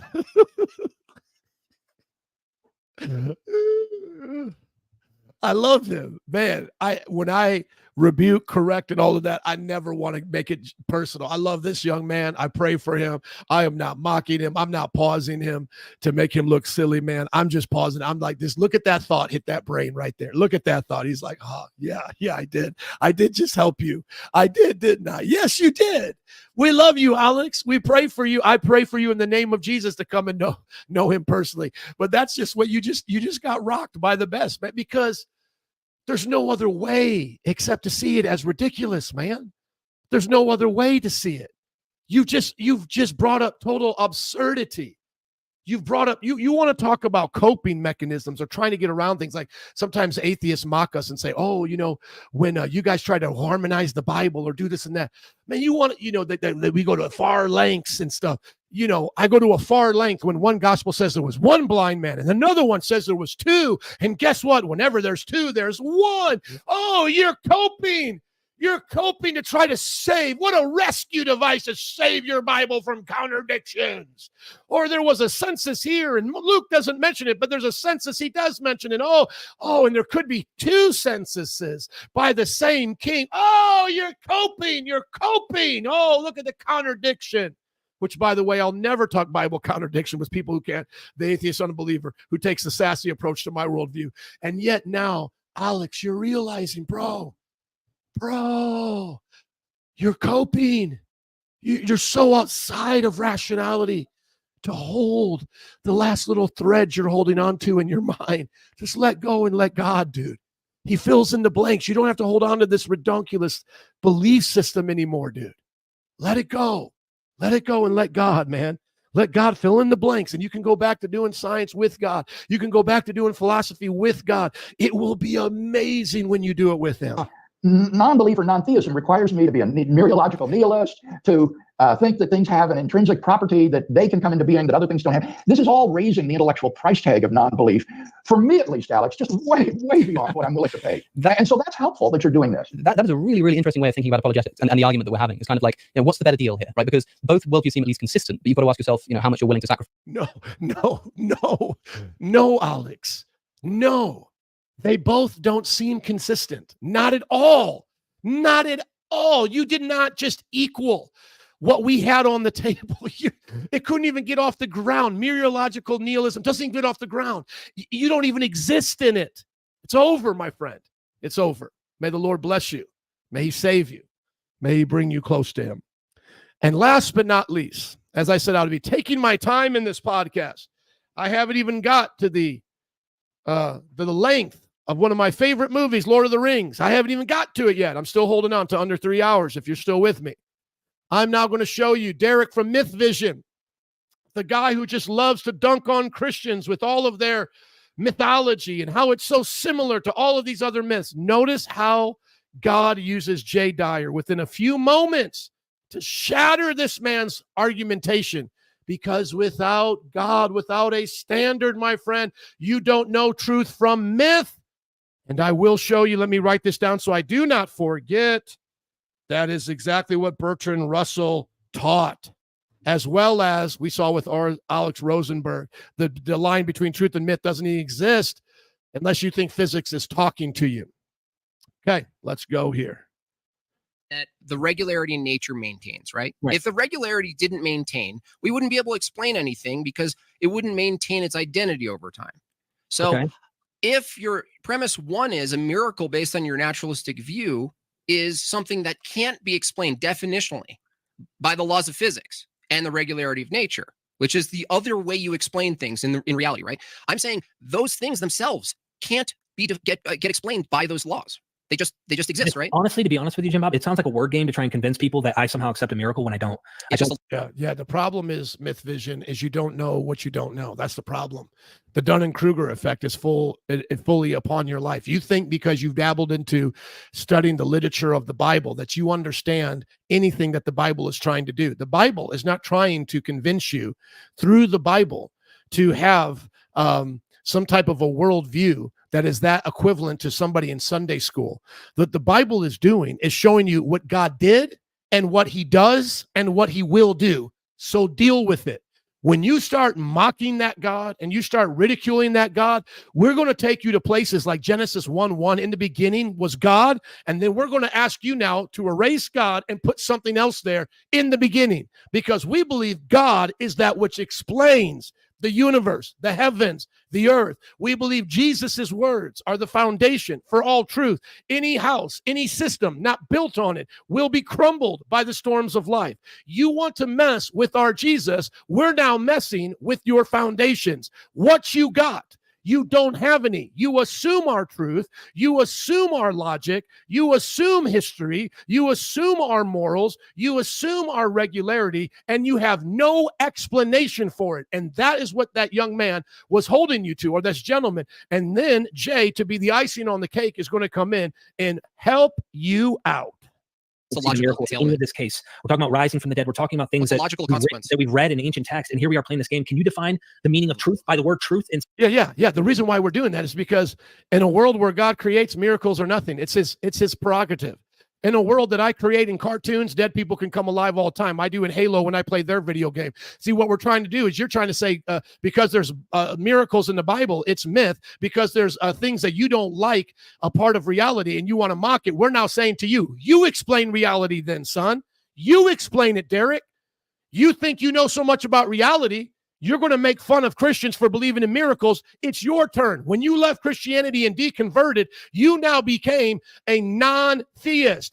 That's by you. You could have became 100 other things, but by you and your confession began to oppose theistic beliefs, consider it all myth, and then mock it. Now you explain reality as a non-theist. We're not giving you rationality. We're not giving you the universe as a starting place. We're not giving you these principles as something that you can have and use to try to whoop our God with. Our God stands above you like a human stands above an ant times a million. So deal with it.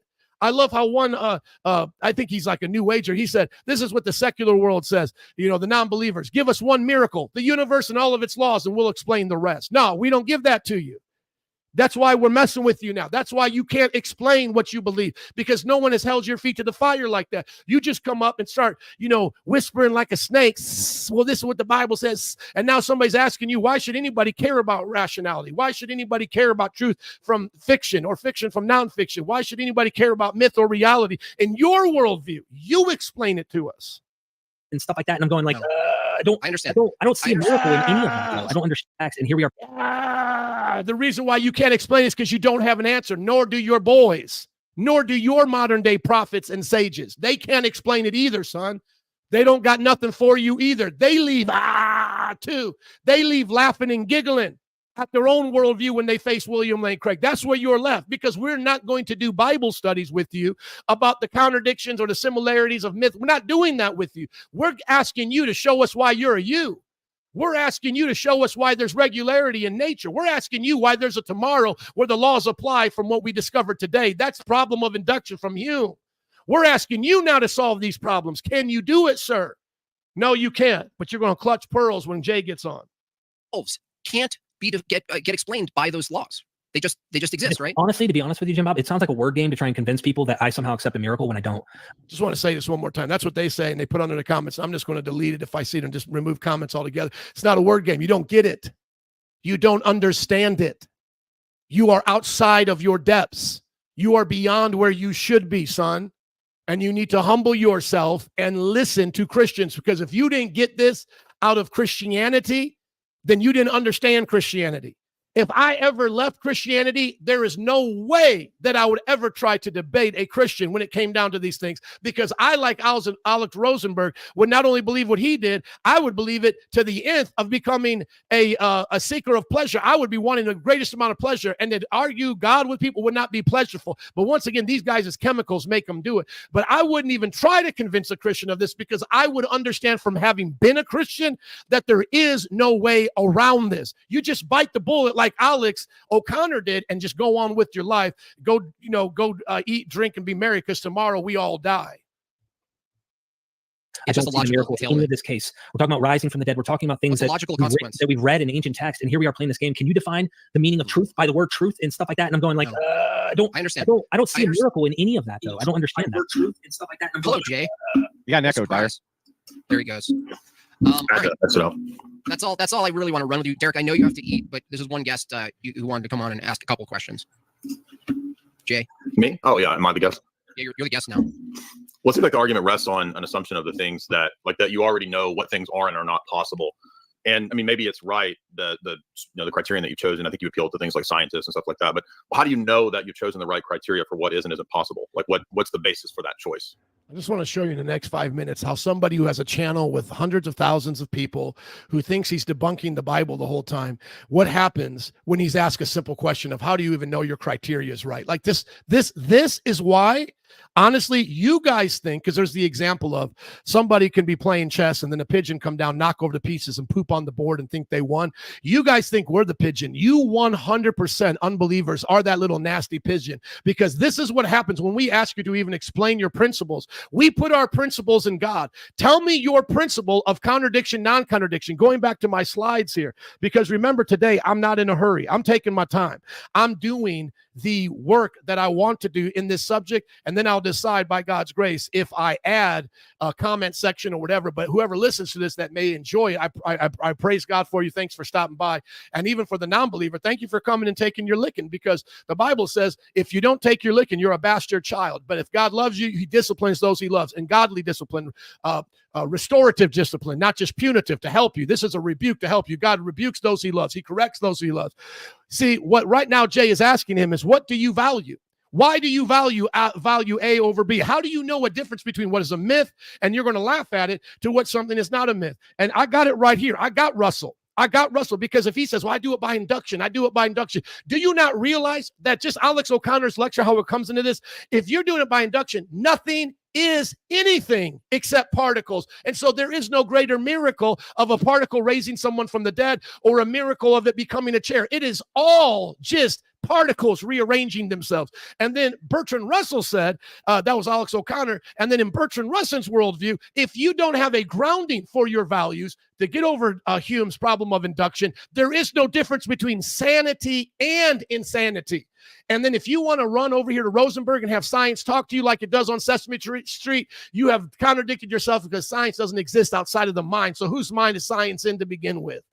And so this idea that all he does, myth vision, does internal critiques, which means like, you know what? I'm not going to hold on to my worldview. I'm just going to assume the worldview of a Christian.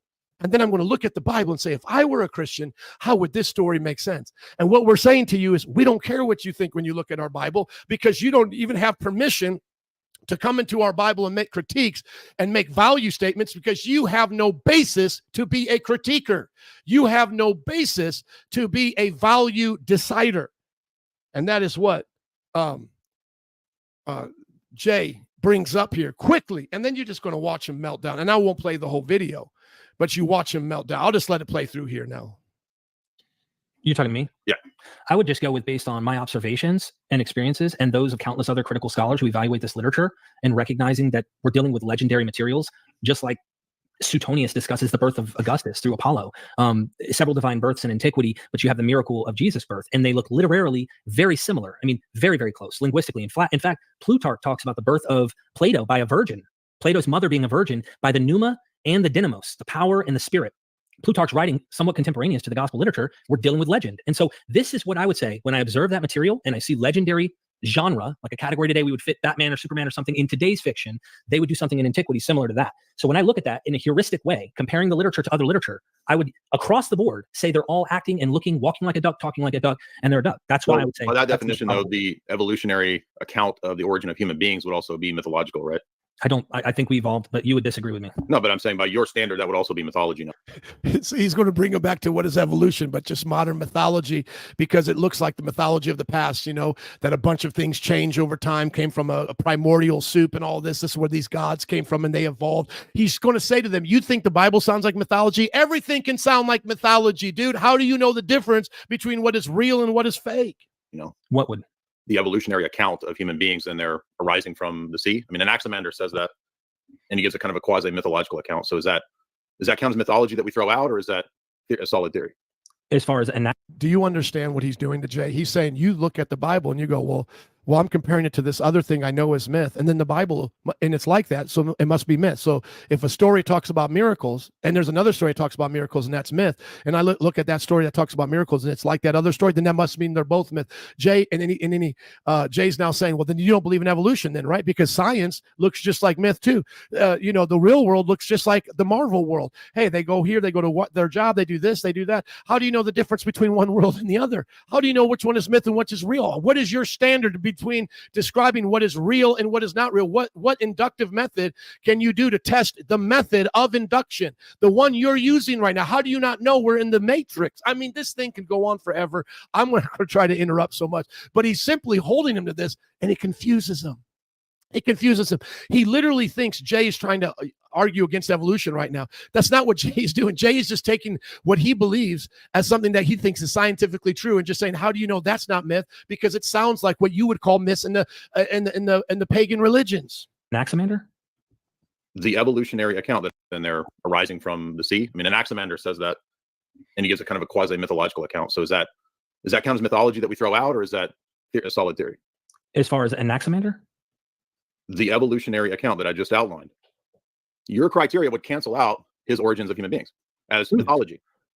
Yeah, I would say that creation myths all across the board in antiquity are trying to explain ecologically. Now, in other words, evolutionary origins fit your standard of mythology that should be tossed out. What about why would they fit that? Where's the ancient textbook describing fossil records and going into the science of these things? The criteria. Well, then you would say there's also data, there's also archaeology, there's also right. There's several facets. Things that map I asked for the criteria though about what cancels out myth versus fact. Well, that's why I said observable. I would look at the observations. He just doesn't get it. Jay just stated it clearly. I want to know what is your criteria from what is myth and what is fact. And then he runs back to science. And remember, as we've shown, nothing in science can be absolutely proven, or what we would say scientifically proven, because you don't prove it in that way. It is your best guess.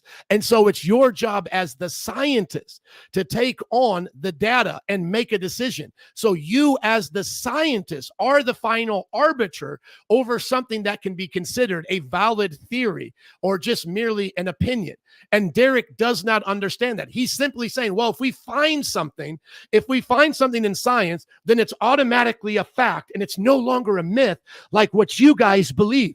And science is not about certainty. Science is about finding the most reliable way of thinking at the present level of knowledge. Notice the very expression that something can be scientifically proven.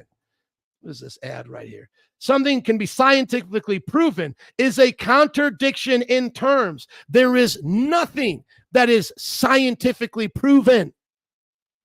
The core of science is just an awareness of we have wrong ideas and prejudices, and then to try to work through those to find the best vision so far of reality. And so now it comes back down to you as the viewer of reality, which, remember, if you do not believe in God, there is no you to even decide if you are a good observer or a bad observer of reality. I hope that you get that, because that's what I brought in right up here. I'm going to show it again.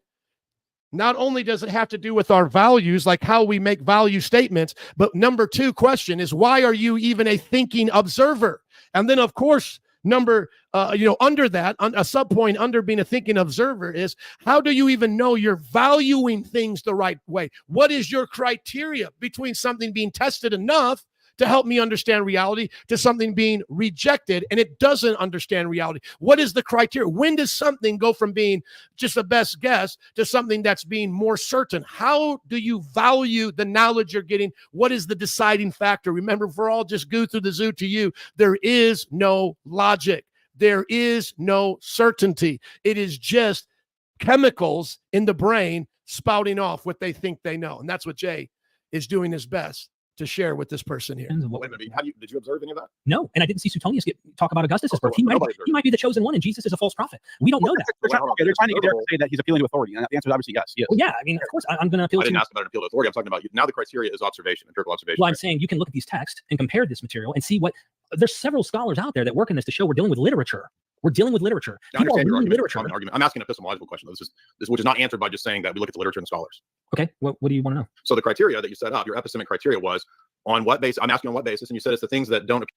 Epistemic and epistemological just has to do with knowing. He's asking him for a standard. He's not asking for more guys that are like him. He's asking, how do you have a standard to differentiate between myth and fiction in your world? Appear to be mythological based on various scholars. And then I said, well, by that standard, certain things that you do, which is not answered by just saying that we look at the literature and scholars. Compare this material and see what there's several scholars out there that work in this to show we're dealing with literature. We're dealing with literature. People are reading literature. I'm asking an epistemological question. This which is not answered by just saying that we look at the literature and scholars. Okay. What do you want to know? So the criteria that you set up, your epistemic criteria was on what basis? I'm asking on what basis, and you said it's the things that don't appear to be mythological based on various scholars. And then I said, well, by that standard, certain things that you do believe would also be mythology, like the Big Bang would count as that. I'm assuming you believe that. I don't know. I think it's an outdated model now, but okay. Well, I mean, whatever origin myth you want doesn't match up to the standard of empirical verification. Okay. So you have an arbitrary standard. If you need me to spell it out for you. Okay. And you don't. So what's the justification for? But you don't. I'm asking you. Do you?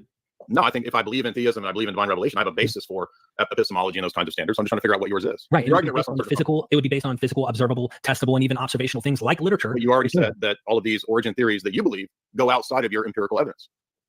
What do I believe? Did you observe the origins of the human?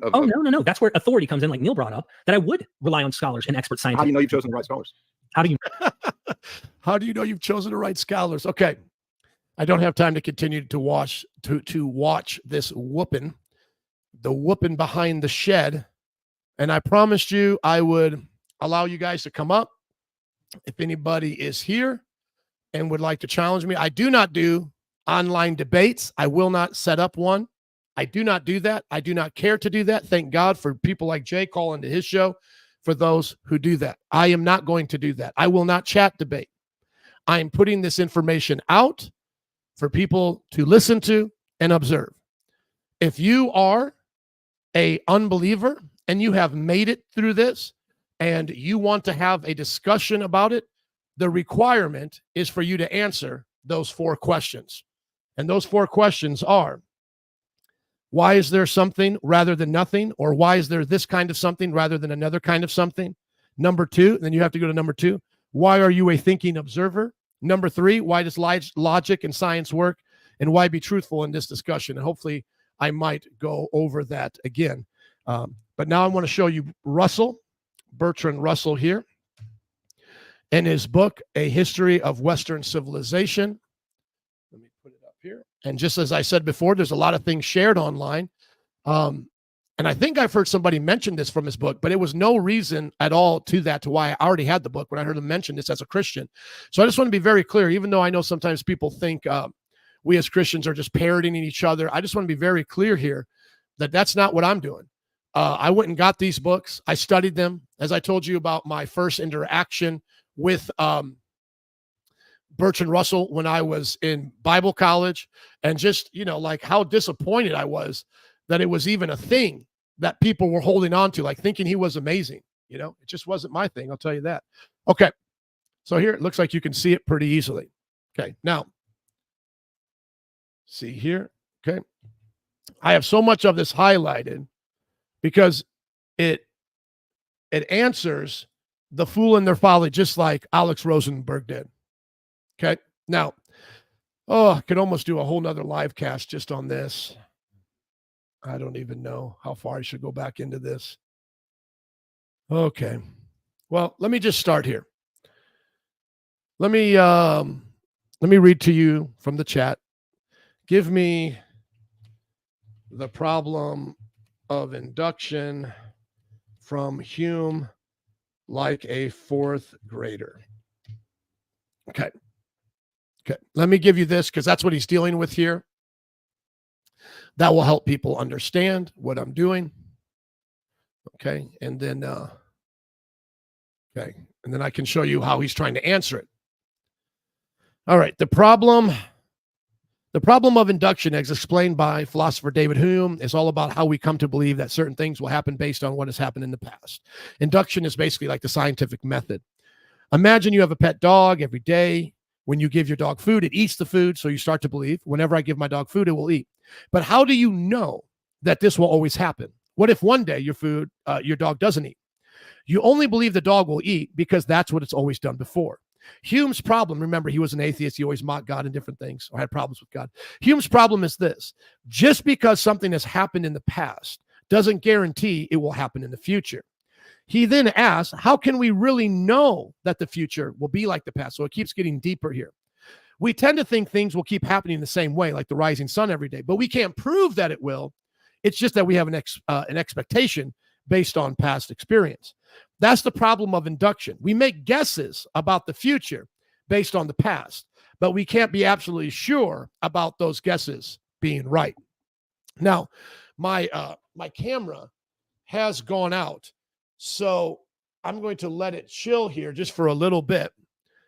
Okay, so you will not see me for the next little bit because I'm coming on 3 hours of using this camera, and my room is a little bit hot here. So let me just make sure you can still hear me, even though you can't see me, which it does look like everything's okay. Let me make sure. Okay, cool. You can't see me. I'm just going to remove.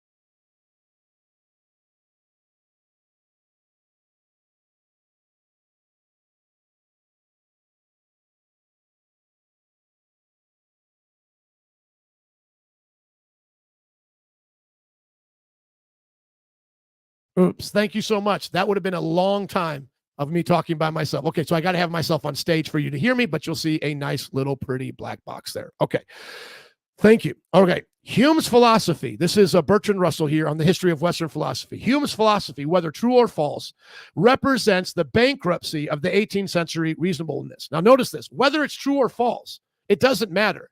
It just represents in Russell's mind the bankruptcy of just being a person that believes in scientism, because you can't resolve it one way or the other. Whether Hume was right or not, you still can't resolve it, because how do you do science without first relying upon the regularity of the world, the natural order? How do you do science? You can't. Without relying upon logic, you can't. So whether or not Hume was right to bring up his problem, or how his problem is worded, whether that's right or not, it represents the bankruptcy of 18th century reasonableness. And that is what most people, atheists, argue like today, like they did in the 18th century. Oh, Jesus is just a myth, and you know what, we can just rely upon science and scientism, that explains everything. No, it's bankrupt. Not only did it have problems according to Hume, but it's bankrupt according to Russell. He starts out, like Locke, who's another philosopher, with the intention of being sensible and empirical, taking nothing on trust, but seeking whatever instruction is to be obtained from experience and observation. Is that what Derek from Myth Vision is trying to do? Isn't that what Alex O'Connor is trying to do? Isn't that what they're trying to do? But here, you're going to notice there's a problem. But having a better intellect than Locke, which means he's a little bit smarter than Locke, a greater acuteness and analysis, and a smaller capacity for accepting comfortable inconsistencies, he arrives at the disastrous conclusion that from experience and observation, nothing is learned. I wish I could highlight this again, but it won't let me do it. Literally, nothing is learned from experience and observation if you want to bring it down to its base understanding of how we learn and what something is.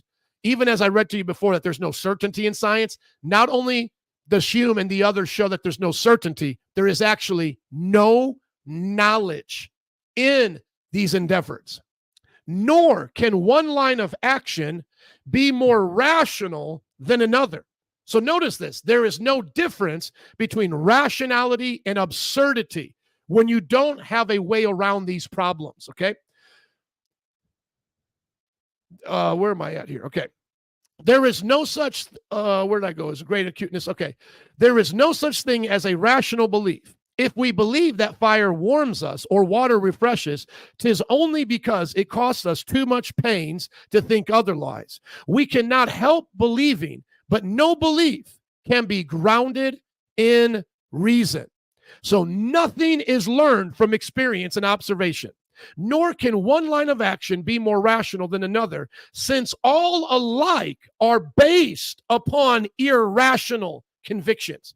So notice, the moment you are in this trap, nothing can be rational now because they are based on irrational convictions. I will send this to anybody.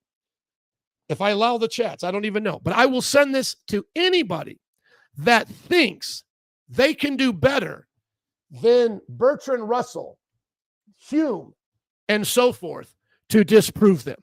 Hopefully my camera will hold up now. I will send this to anybody. Tell me where your rational ground is to do science. Well, I just do it and it works and everybody else agrees with me. Everybody else is just looking at the same thing you are, and they have no basis to show that that actually exists or will be there tomorrow. We could all be in the matrix. We could all be a brain in a vat. There is no foundation for anything we do. You cannot merely assert it. And as Hume was known for, he was not comfortable with accepting inconsistencies.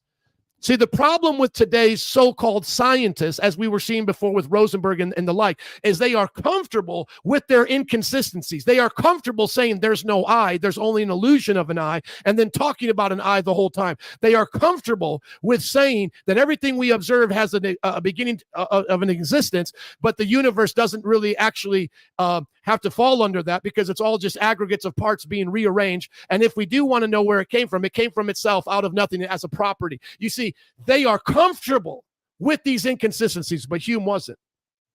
We cannot help but believing, but no belief can be grounded in reason. No one line of action can be more rational than another, since all alike are based upon irrational convictions. This last conclusion, however, Hume seems to not have drawn. So he didn't even come to that. So Hume doesn't even take it far enough. Even in his most skeptical chapter, in which he sums up the conclusions of his book. Don't know why I can't just page turn on this. So crazy. There we go. Where are we at? Even in his most skeptical chapter, in which he sums up the conclusion of his book, he says, generally speaking, the errors in religion are dangerous. Those in philosophy, only ridiculous. Now, notice this. Notice how he has self-awareness, but y'all listening to me do not have self-awareness. Hume says, yeah, generally speaking, there's errors in religion. That's what he believes. They're dangerous. The ones in philosophy, they're ridiculous. But remember, without having a God, he doesn't even know what ridiculous is. Now notice, who points that out? Do I point that out? No. Who points that out? Russell points that out in his book in the very next sentence. He has no right to say this. Dangerous is a causal word, and as a skeptic as to causation cannot know that anything is dangerous. Oh, religion is dangerous. Religion is dangerous. You have no value system. Remember, Rosenburg says you have no value system. There is no good, bad, or ugly. There is no wicked or evil. As Dawkins says, blind, pitiless indifference. And even here, Russell's pushing Hume even further. In fact, in the later portions of the treatise, Hume forgets all about his fundamental doubts. So then when they want to be sure, they're sure. But when they want to be honest, they'll be doubtful. And writes much as any other enlightened moralist of his time might have written. He applies to his doubts the remedy that he recommends, namely carelessness and inattention. In a sense, his skepticism is insincere, since he cannot maintain it in practice. So why don't you practice what you preach, atheists? Practice what you preach. You say that there's no such thing as morals. Why do you keep living with morals? You say there's no such thing as a God. Why do you keep using logic? Why aren't you just insane, rambling on? In a sense, his skepticism is insincere, since he cannot maintain it in practice. It has, however, this awkward consequence that it paralyzes every effort to prove one line of action better than the other. Paralysis. Let me get this word here.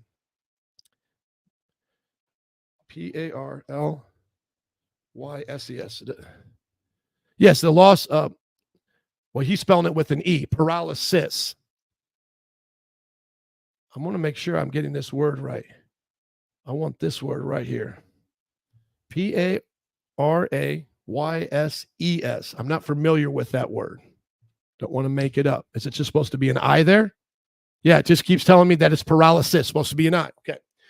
It has, however, this awkward consequence that it immobilizes, let's just use that word, immobilizes, see if it fits, immobilizes every effort to prove one line of action better than the other.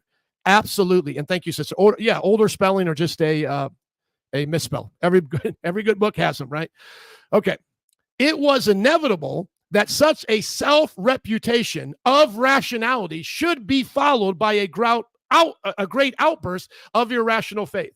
So notice that those trying to refute what they thought to be irrational faith then stumbled upon self-refutation of rationality itself. So in other words, by pointing one finger at the beliefs of the church, there were four more fingers pointing back at them as they were trying to say the Bible was irrational with miracles and so forth. There was all this irrationality pointing back at them, because where does rationality come from? How do you know you have one standard over another? How does logic work? Where does the universe come from? Where does causality come from? Where does the continuation of things, regularity of nature? The quarrel between Hume and Rousseau is symbolic. Rousseau was mad but influential. Hume, here we go. Now help me out. Hume was sane but had no followers. See, look at it. They're all crazy in a sense. And even though he's sane, he's still trying to follow his own view, but he did it inconsistently, according to Russell. Subsequent British empiricists, these are those who just live by what they can see, think they're so smart, more smarter than God because they just look at, evidence and so forth. British empiricists rejected his skepticism without refuting it. So notice that you can reject it and people will try, but they don't refute it. Rousseau and his followers agreed with Hume that no belief is based on reason, but thought the heart superior to reason and allowed it to lead them to convictions very different from those that Hume retained in practice. German philosophers from Kant to Hegel had not assimilated Hume's arguments. Okay, so he's not buying Kant's arguments, which I do, I believe. I say this deliberately in spite of the belief which many philosophers share with Kant, which I would be one, that his criticisms of pure reason answered Hume. I believe it did. In fact, these philosophers, at least Kant and Hegel, represent a pre-Humean type of rationalism and can be refuted by Humean arguments. No, they can't, because we ground it in God. If you don't ground it in God, you can be refuted, but you can ground it in God with Kant arguments. Okay. The philosophers who cannot be refuted in this way are those who do not pretend to be rational, such as Rousseau, Schopenhauer, and Nietzsche. Notice, they do not pretend to be rational. The growth of unreason throughout the 19th century and what has passed off at the 20th century is a natural sequel to Hume's destruction of empiricism. Okay? It is therefore important to discover whether there is any answer to Hume within the framework of philosophy that is wholly or mainly empirical. So have we answered Hume even up into his time, which is into our modern time? Okay. Bio of Russell. He lived, I believe he died in the 60s or 70s. Bio of Bertrand Russell. Okay. And you can also look this up, 1970. That's when he passed. You can look this up. The problem of human induction on the Stanford Encyclopedia of Philosophy. They have not answered it. There have been people who have proposed ideas, but they have not answered it. It is therefore important to discover whether there is any answer to Hume within the framework of a philosophy that is wholly or mainly empirical. And that's, remember, we talked about that, which people are trying to do now. They're trying to argue like he did in the 18th century. Right? I do not like this program on my Windows. I like it better on my Mac. Okay. Now notice this here. Remember, we read this. This is Russell on Hume. Hume's philosophy, whether true or false, represents the bankruptcy of 18th century reasonableness. And that's what people are repeating now, this kind of scientism. Okay. And notice what now Russell says. It is therefore important to discover whether there's any answer to Hume within the framework of a philosophy that's wholly or mainly empirical. And that's what most people are doing. It's either mainly or wholly empirical. If not, notice what he says. There is no intellectual difference between sanity and insanity. If you can't resolve this, you cannot resolve the difference between sanity and insanity. The lunatic who believes that he is a poached egg is to be condemned solely on the ground that he is a minority, or rather, since we must not assume democracy on the ground that the government does not agree with him. This is a desperate point of view, and it must be hoped that there is some way of escaping it. And there is no way of escaping it. Now, notice here how he ends his chapter. What these arguments prove, and I do not think the proof can be controverted, is that induction is an independent logical principle incapable of being inferred either from experience or from other logical principles, and that without this principle, science is impossible. So how does he get around Hume's problem? He inserts the principle of science. That's it. That's all he does. He just inserts it.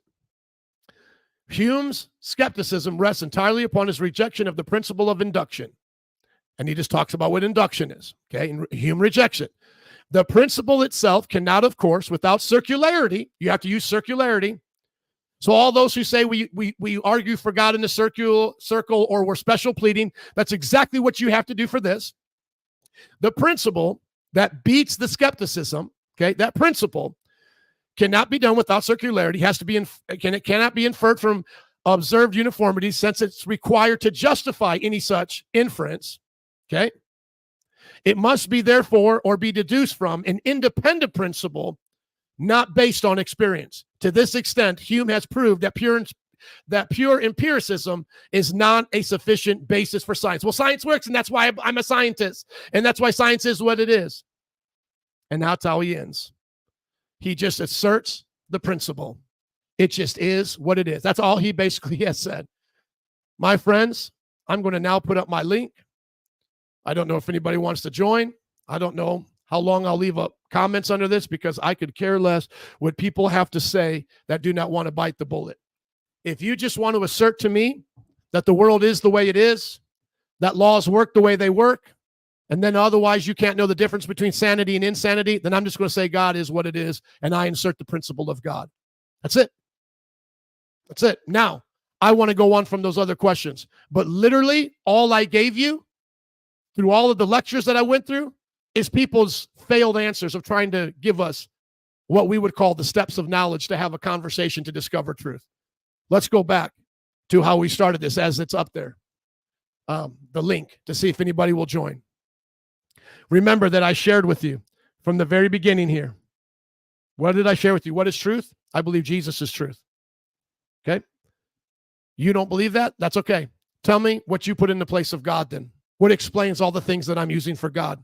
If you don't have one, then you have no right to critique the other one.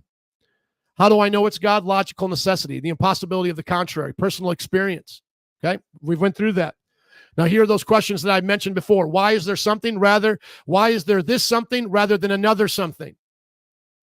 Why are you a thinking observer? Number 2. Number 3, why does logic and science work? And number 4, why be truthful in this discussion? None of the people we just went through can answer this other than by admitting they're in contradiction or just simply asserting whatever they want to assert to be true. I've then asked anybody who wants to come and debate these 3 things. Thank you, sister. God bless you. You're one of the only people who've joined. I feel like I'm just a madman shouting in the wind, but I had to do this for my last video.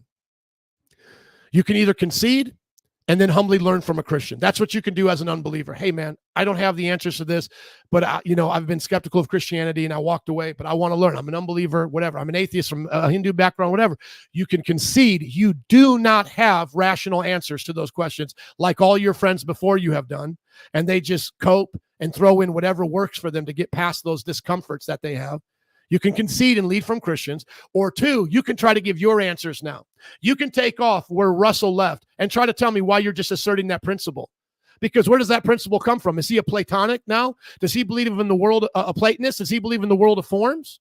Does he just believe there's a principle called the principle of induction and regularity somewhere floating out there in the world of forms? Like how on Sesame Street, the word science can talk and bounce around, because that's all he did. He just asserted his make-believe principle. That's the smartest among you. And he even admits that Hume and all the rest couldn't even do any better than him because they didn't have an answer. But his answer is just to throw in a make-believe principle. Do your best to give me your answers. I don't care what you think about anything else. Tell me your answers to these questions. I don't want to hear you tell me what you think about the Bible, about the land of Canaan, about the stories of the Middle Eastern people, how Yahweh and Elohim, JEPD theories. I don't give a rip about any of that because I want to know first and foremost, how do you get out of the problems that have been presented to you today? I get out of them by asserting God, that it's impossible to have these answers without God. And as Alex Rosenburg said, without God, you don't even have yourself. You don't even exist. So answer them. Otherwise, number 3, leave and move on. And we bid you farewell. And other Christians who do not have these parameters might play ball with you. As I said from the beginning, I've come to play 21. You want to play horse? Go play horse with somebody else. I wanted to show as a Christian, as a pastor, how much I cared about unbelievers. And I would present this knowledge to you. And I'm willing to engage with you. But it's in this way. I don't engage the other way. I'm not playing the game, was Jesus a myth? I'm not doing the Derek myth vision stuff with you because I want to do what Jay Dyer did with Derek from Myth Vision. Show him, how do you even know what to value? You want to do, some of these guys want to do internal critiques of Christianity. Well, how do we know what's myth? How do we know what's true? How do you know what to value? Where do your value statements come from? Have you answered Hume's problem? Have you just taken the simplistic, spiritual Oompa Loompa answer of Russell and just asserted a principle out of the middle of nowhere? I want to know where your value decider comes from. Why are you a value decider? And how do I know that you can make the right value judgments between a myth and something that's true, or fact or fiction? You don't even know where fact or fiction came from. You don't even know the difference. And there is no difference according to Hume. And unless you're willing to just assert a principle like Russell, which I want to know if you have the courage to do that, because I wish I could have debated Russell. I would say, where does that principle reside? Because if you're going to say it resides in matter, space, and time, then show it to me under a microscope. But if you're going to believe that it's metaphysical, like how I believe in spiritual principles, then tell me what governs that realm of metaphysics. How are you even a value decider? No, there's no internal critique of Christianity coming from an atheist. Give me the first basis for the reality that we're in, according to your prophets, according to your leaders. And as I've shared before, I will not change my game in what I'm doing. I don't owe it to you, and you don't owe it to me. You don't have to play my game, and I don't have to play your game. That's why I showed you. Premise 1, if X, then Y. Premise 2, X is true. Conclusion, therefore, Y. You work this out. If a consistent and universal set of rules like logic, morality, and science exists, that's X, and that's an unchanging standard, then it's going to be grounded in God. Why? He must exist, right? Now, you don't think that my why is the right why to why these other things exist? Put your why in there. You don't get to just keep dropping quarters in the jukebox, asking Christians to dance, because our scripture said somewhere that we owe you a gentle answer. One time, there in the Peter, it also said to not answer a fool according to their folly, lest they think they're wise in their own eyes. Most internet trolls are not here to learn. They're not like the 99%. The 99% that I meet outside of the internet world that actually want to learn and be honest about these questions. As I just dealt with a physics person the other day, a physicist. You just want to keep trolling and trolling and trolling. Tell me what your why is, and now let's test it to my why. If you don't have one, hush ye the mouthy and be humble. Number 2, God. Number 2, the consistent universal laws do appear in our universe. So if you want to deny number 2, there's no point in even arguing. You don't even believe in logic. Why are we trying to be logical? You don't believe in morality. Why should we be truthful? So if X, then Y. If morals, logic, fundamental things exist in our world, then God exists. Number 2, these things do exist in our world. Laws of logic, fundamental principles, therefore God. If this, then that. That's how it works. As I've showed you before, science does not bring certainty. I've showed that over and over again. Now let me ask you a question. What button do you pick? Because there's only 2 buttons. The law of the excluded middle applies here. There isn't a middle ground. Either objective truth exists because God exists, or objective truth does not exist because God does not exist. And now if objective truth does not exist, according to Russell, there is no intellectual difference between sanity and insanity, because I'm not letting you just throw up some principle somewhere. Tell me where that principle resides. And why is that principle a rational principle? Why isn't it an irrational principle? Your heroes fail every time. Not just these little internet folks. Like, you think I'm just challenging the guys on the internet who are getting rocked. No, I'm talking about their daddy's daddy. I'm talking about all your highest levels. Who have I quoted here of your kind that is not a PhD, reputable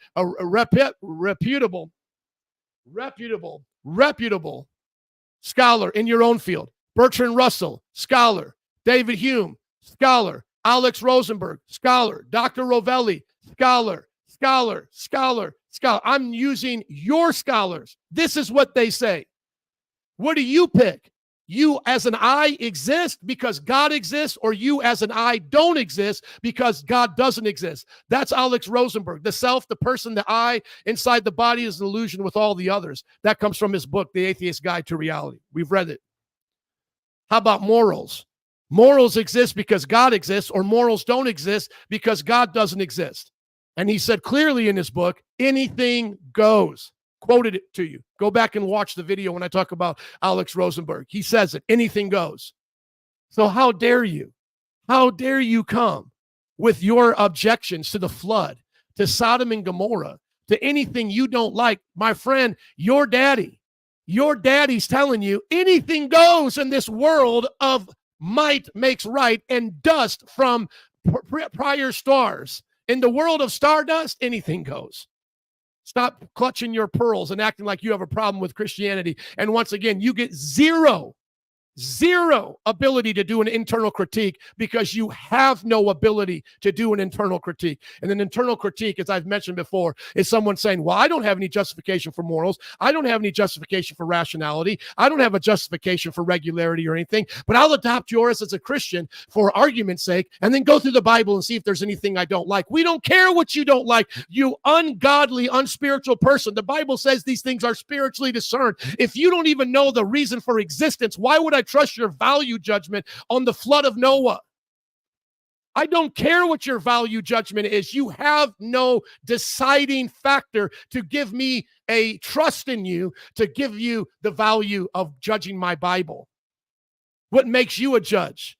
What makes you know truth from fiction? What makes you know rationality from irrationality? None of your boys know it. None of your best know it. They just assert it and hope it to be true, because they know they can't function in a world where they just simply deny it. So they have to borrow from the Christian worldview. Lastly, what is truth? It's Jesus, the way, the truth, and the life. What does he say? Anyone who builds his life on my words is like a wise man who puts them into practice and builds his house on a rock. Build your house on the words of Jesus. What did Paul say in Colossians?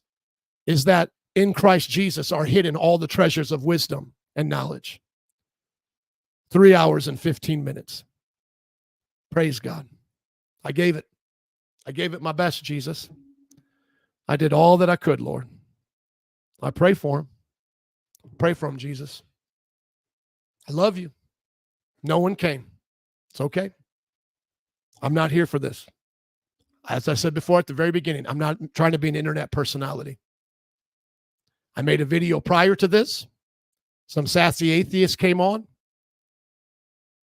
and I made a second video. As I told you from the beginning, if you started watching this, watch it again at double speed. You'll get a lot out of it. Trust me. You'll watch the emotions go up and down. I gave a lot here. But here's what I said at the very beginning. My greatest weakness is to now preach like this or present like this, teach like this, and then to see people underneath the post just put up the most redonkulous things. Let me tell you how you know you're an Oompa Loompa, is if under this video, you put up some Jesus myth stuff. That's how you know you're an Oompa Loompa. Here's how you know you're an Oompa Loompa. If you watch this video and then you try to say, I committed logical errors like special pleading, appeals to authority, etc. That's how I know you're an Oompa Loompa. That's how I know it. This is how I know you're an Oompa Loompa. If you come under this video mocking me, calling me Sky, I believe in a Sky Daddy and all of this and that, that's how I know you're an Oompa Loompa.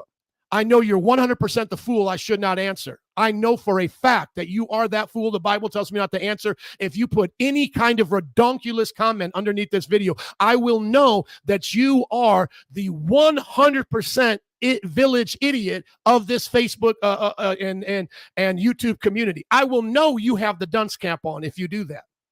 No doubt in my mind, because you don't know how to listen.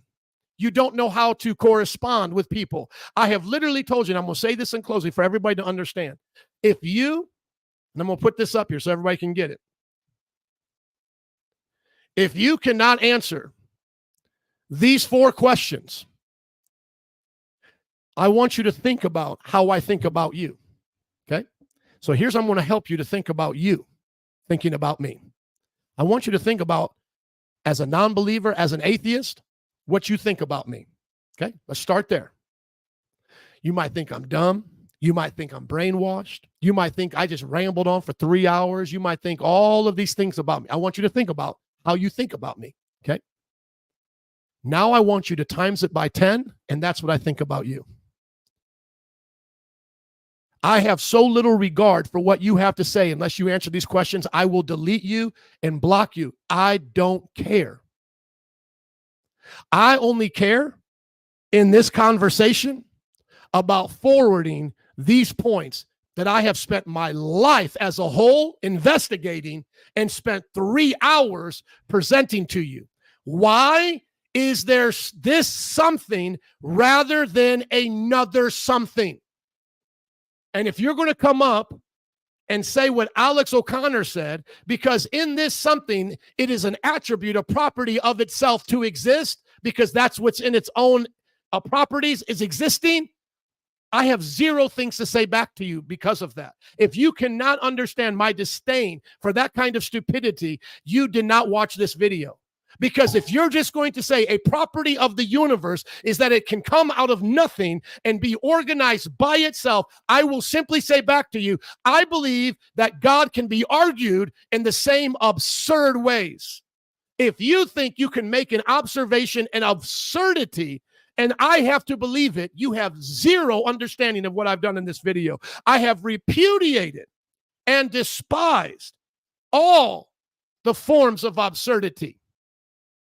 I want to know rationally, why is there something rather than another something? Number two, why are you a you and a thinking observer?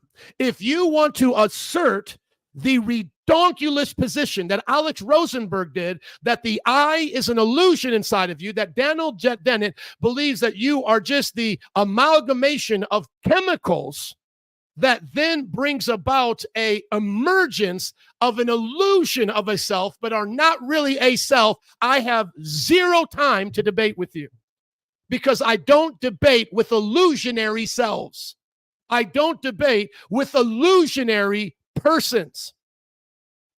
Number three, why does science and logic work? If you assert into here the stupidity of Bertrand Russell after he sees how Hume's argument cannot be overcome with empiricism. You don't prove science with science. And your answer to me is what Bertrand Russell said. You just assert the principle of science into your philosophy without proving it in a circular way. I have zero time for you. I would rather shave my head with a cheese grater. And then number four, if you are going to believe that we are a part of a universe that is mindless, chance, matter, in motion, and then you're going to tell me that somehow you can evolve to a truth and a moral that I should keep consistent in this discussion, or you will keep consistent, because that's what evolution brought you. I will say back to you what Alex Rosenburg said: anything goes. Either change your worldview of morals or admit to me nothing now is forbidden. Anything goes. And if you admit to it, as I know you will, if you're going to be honest, but you probably won't be, but if you do, I know you'll have to admit to it at some point. I don't argue with people who have zero explanation for why they should be truthful in a worldview that says there is no morals. And you want to know the secret? Our sister says she's got it. You want to know the secret? Nobody without a theistic belief can ascend these steps.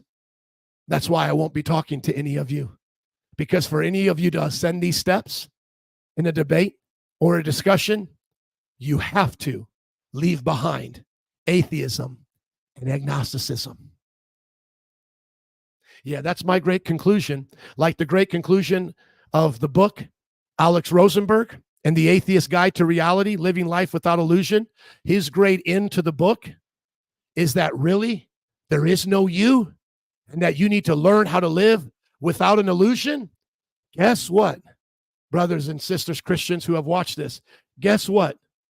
My ending to this lecture is that really a fool like this is the fool of Proverbs, who you do not owe a debate with, because at this point, it is better for you to spend your time talking to anyone else other than people who have zero rationality about themselves, and yet want to kick, want to put down, and mock the Bible.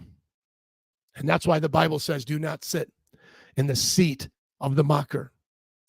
So I would encourage those who are here, if you do meet the 1% of sassy atheists and agnostics, rebuke them and move on, and show them by your rejection of spending time with them and in endless, pointless debates that you are showing them the very reality of their worldview. Listen to what Dr. Alex Rosenburg says in The Atheist Guide to Reality at the end of his book. If you cannot sleep at night, even after accepting science's answers, remember, science doesn't say anything. He lives in a make-believe world where science talks, and he calls us the foolish ones. An atheist has to literally believe there's a thing called science talking to them. If you can't accept science's answers, remember, there is no science without a scientist. To the persistent questions, you probably just need one more little thing besides the Epicurean detachment. That's the fear of death. Take a Prozac or your favorite serotonin reuptake inhibitor and keep taking them until they kick in. Yeah, that's what your guy says you should go off and do. But you know what? We as Christians have a better way, don't we? That's what we have, a better way than that fool. We have a better way than that, don't we? That's repent, for the kingdom of God is at hand. Confess with your mouth and believe in your heart that Jesus Christ is Lord. That's it. And if you're from another religion and you say, Joe, everything you said, I believe as a Muslim, everything you say, I believe as a Hindu, then find great websites online to go discuss those things. Hindus, Muslims, Jewish people, go to God Logic's channel and go debate that you can go book and man, your book and our man, our book to your book, our man to your man. Go for it. Go for it. That's not what I'm here to do.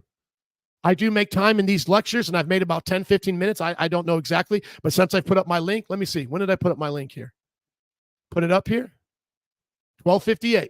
It's been up there for 15 minutes now. Take a few more comments.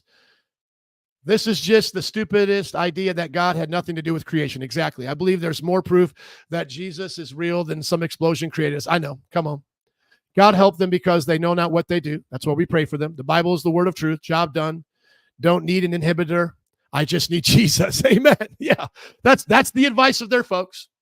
That's the advice of their folks. That's it. Keep taking drugs.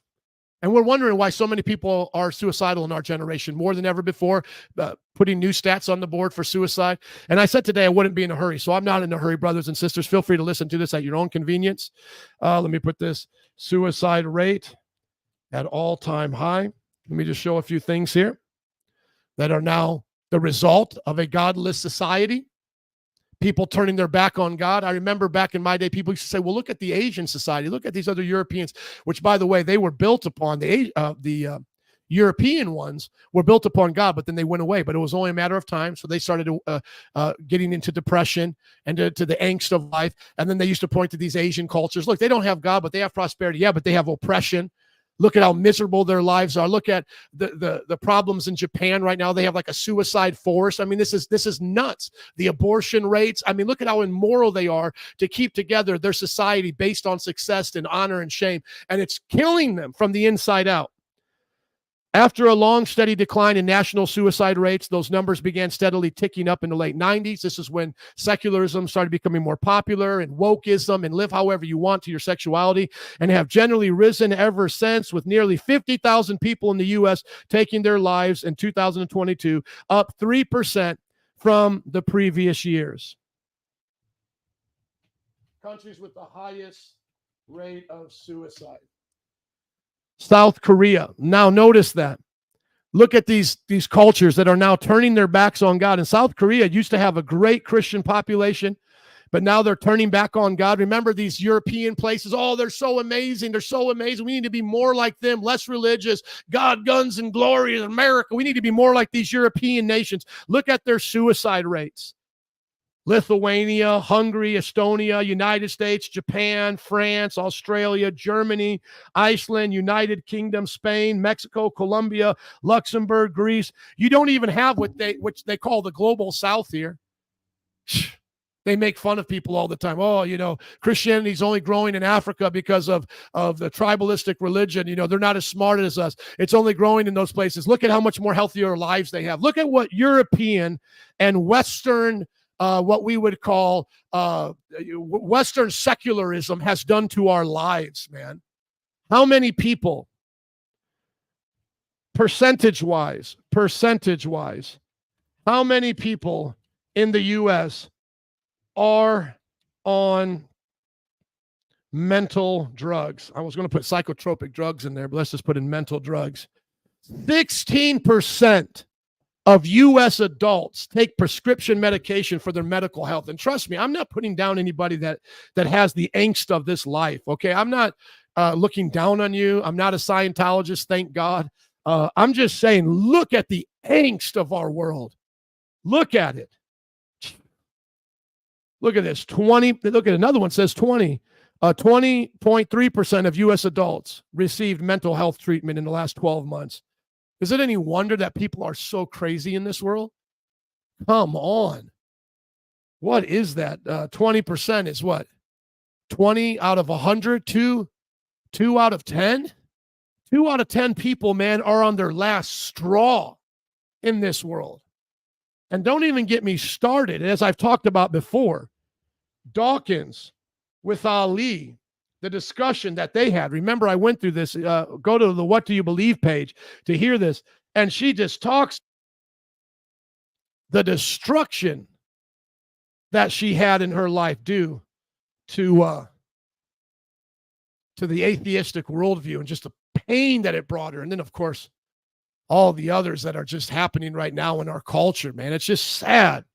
And then all Dawkins brings to her is just mockery, Oh, you couldn't believe this. You couldn't believe that. I would love to have been on that stage and ask him, why do you believe anything, dude? Have you defeated Russell's problem yet, or Hume's problem? Are you just at the point now of just asserting imaginary principles of science into your world so that they can work? Or like with Expelled, about how these Christian or theist scientists were being kicked out of their universities. And yet Dawkins was there going, hey, well, I can believe in aliens. I can believe in all this. Yeah, you can believe in any stupid theory you want, but you say God did it, and now you get in trouble. University doesn't want you there. You still believe in an alien seeding this planet like Prometheus and the alien saga of my friend? Mocking this woman. When she was following your worldview, she had no peace. Yet this is the world that we live in. And now you see even those like Sam Harris and those atheists renouncing wokeism as they see that their ungodliness has led to a world that has no values. You can listen to him on wokeism. I'm not saying that he's the best example in the whole world, but he's not happy with how his world came about. And I like the way David Wood addresses this when he talks about how, these people thought, we're just going to bring in atheism and then we'll bring in a utopia. Look at the last 10 years, especially the last 5 years with COVID and BLM. These guys are afraid of their own freedoms being taken from. They don't want socialism, some of these older atheists. And yet, once again, while you were mocking God, thinking that you lived in a vacuum, something filled its space, didn't it? You were mocking God and you thought it would all just go away and we'd all live in some utopia. Nope. You're going to deal with people who don't know their gender and don't want you telling them. You're going to deal with people who would rather burn down a city than get a job. You're going to deal with people who would rather abort their children than have children. And you know what? That's going to lead to Islam taking over like it has in Europe right now because of their birth rates. So look what happened to secular Europe. Islam said, we'll come right in and conquer you. Yeah, doesn't work, does it? Because out of all that you have done, let's go here to the statistic. Out of all that they have done, what really is the rate of unbelief in this world? What really is the rate of unbelief? What is the rate of atheism in the world? After all that they said and did, where are they at? Yeah, 7 to 9%. Look at that. And then they're saying China has some of the highest percentages, and that's why it's hard to tell. But notice, what about the massive growth rate of Christianity in China? China's seen one of the most massive Christian growth rates right now, and it has been one of the largest secular nations. Yeah, look at this. Yep. Now they're saying there's estimated of this many believers in China, and there could be over 247, potentially overturning it from being one of the most largest secular nations in the world. As we just saw here with the numbers. Look at this. Countries like China have the highest percentage of 90% of its population identifying as atheist. And yet now China is seeing one of the highest rates of Christianity. Praise God. Yeah, our sister here is talking about the borders. Yeah, it's just people who are being provocateurs, trying to bring down collapse to our nation. Not saying that I believe in everything that comes across conservatism. Conservatism. Thank you, Jesus. I get paid to talk for a living, and I can barely talk. I get paid to write for a living, and I can barely spell. If that doesn't give you hope for what God can do in somebody's life. Yeah, that's what's happening in our world today. And so I'm going to end this with a prayer and maybe a nice little hymn. Father, I thank you for everyone who joined, anyone who gets the good out of this. I pray for all the rebukes that came towards the unbelievers to remain and for their hearts to be convicted, for them to come back home, those who have deconverted, to repent of their sins. And Lord, we pray for this nation, nations of the world, that they'll experience revival. And that, Father, you will live in us, be real in us, transform our lives. May we know and love you in all that we do. Help us to love even those who disagree, and give me wisdom on how to move forward with the chats below these videos, Lord. Father, in your name I pray. In Jesus' name, amen. Wanted to share this before. If you wanted to write me, because I might take off the comments, you can just write us here, but answer those 4 questions. Otherwise, no, we love you. We send you to other channels to play other games, but this is what we're going to do. God bless you. Have a wonderful day.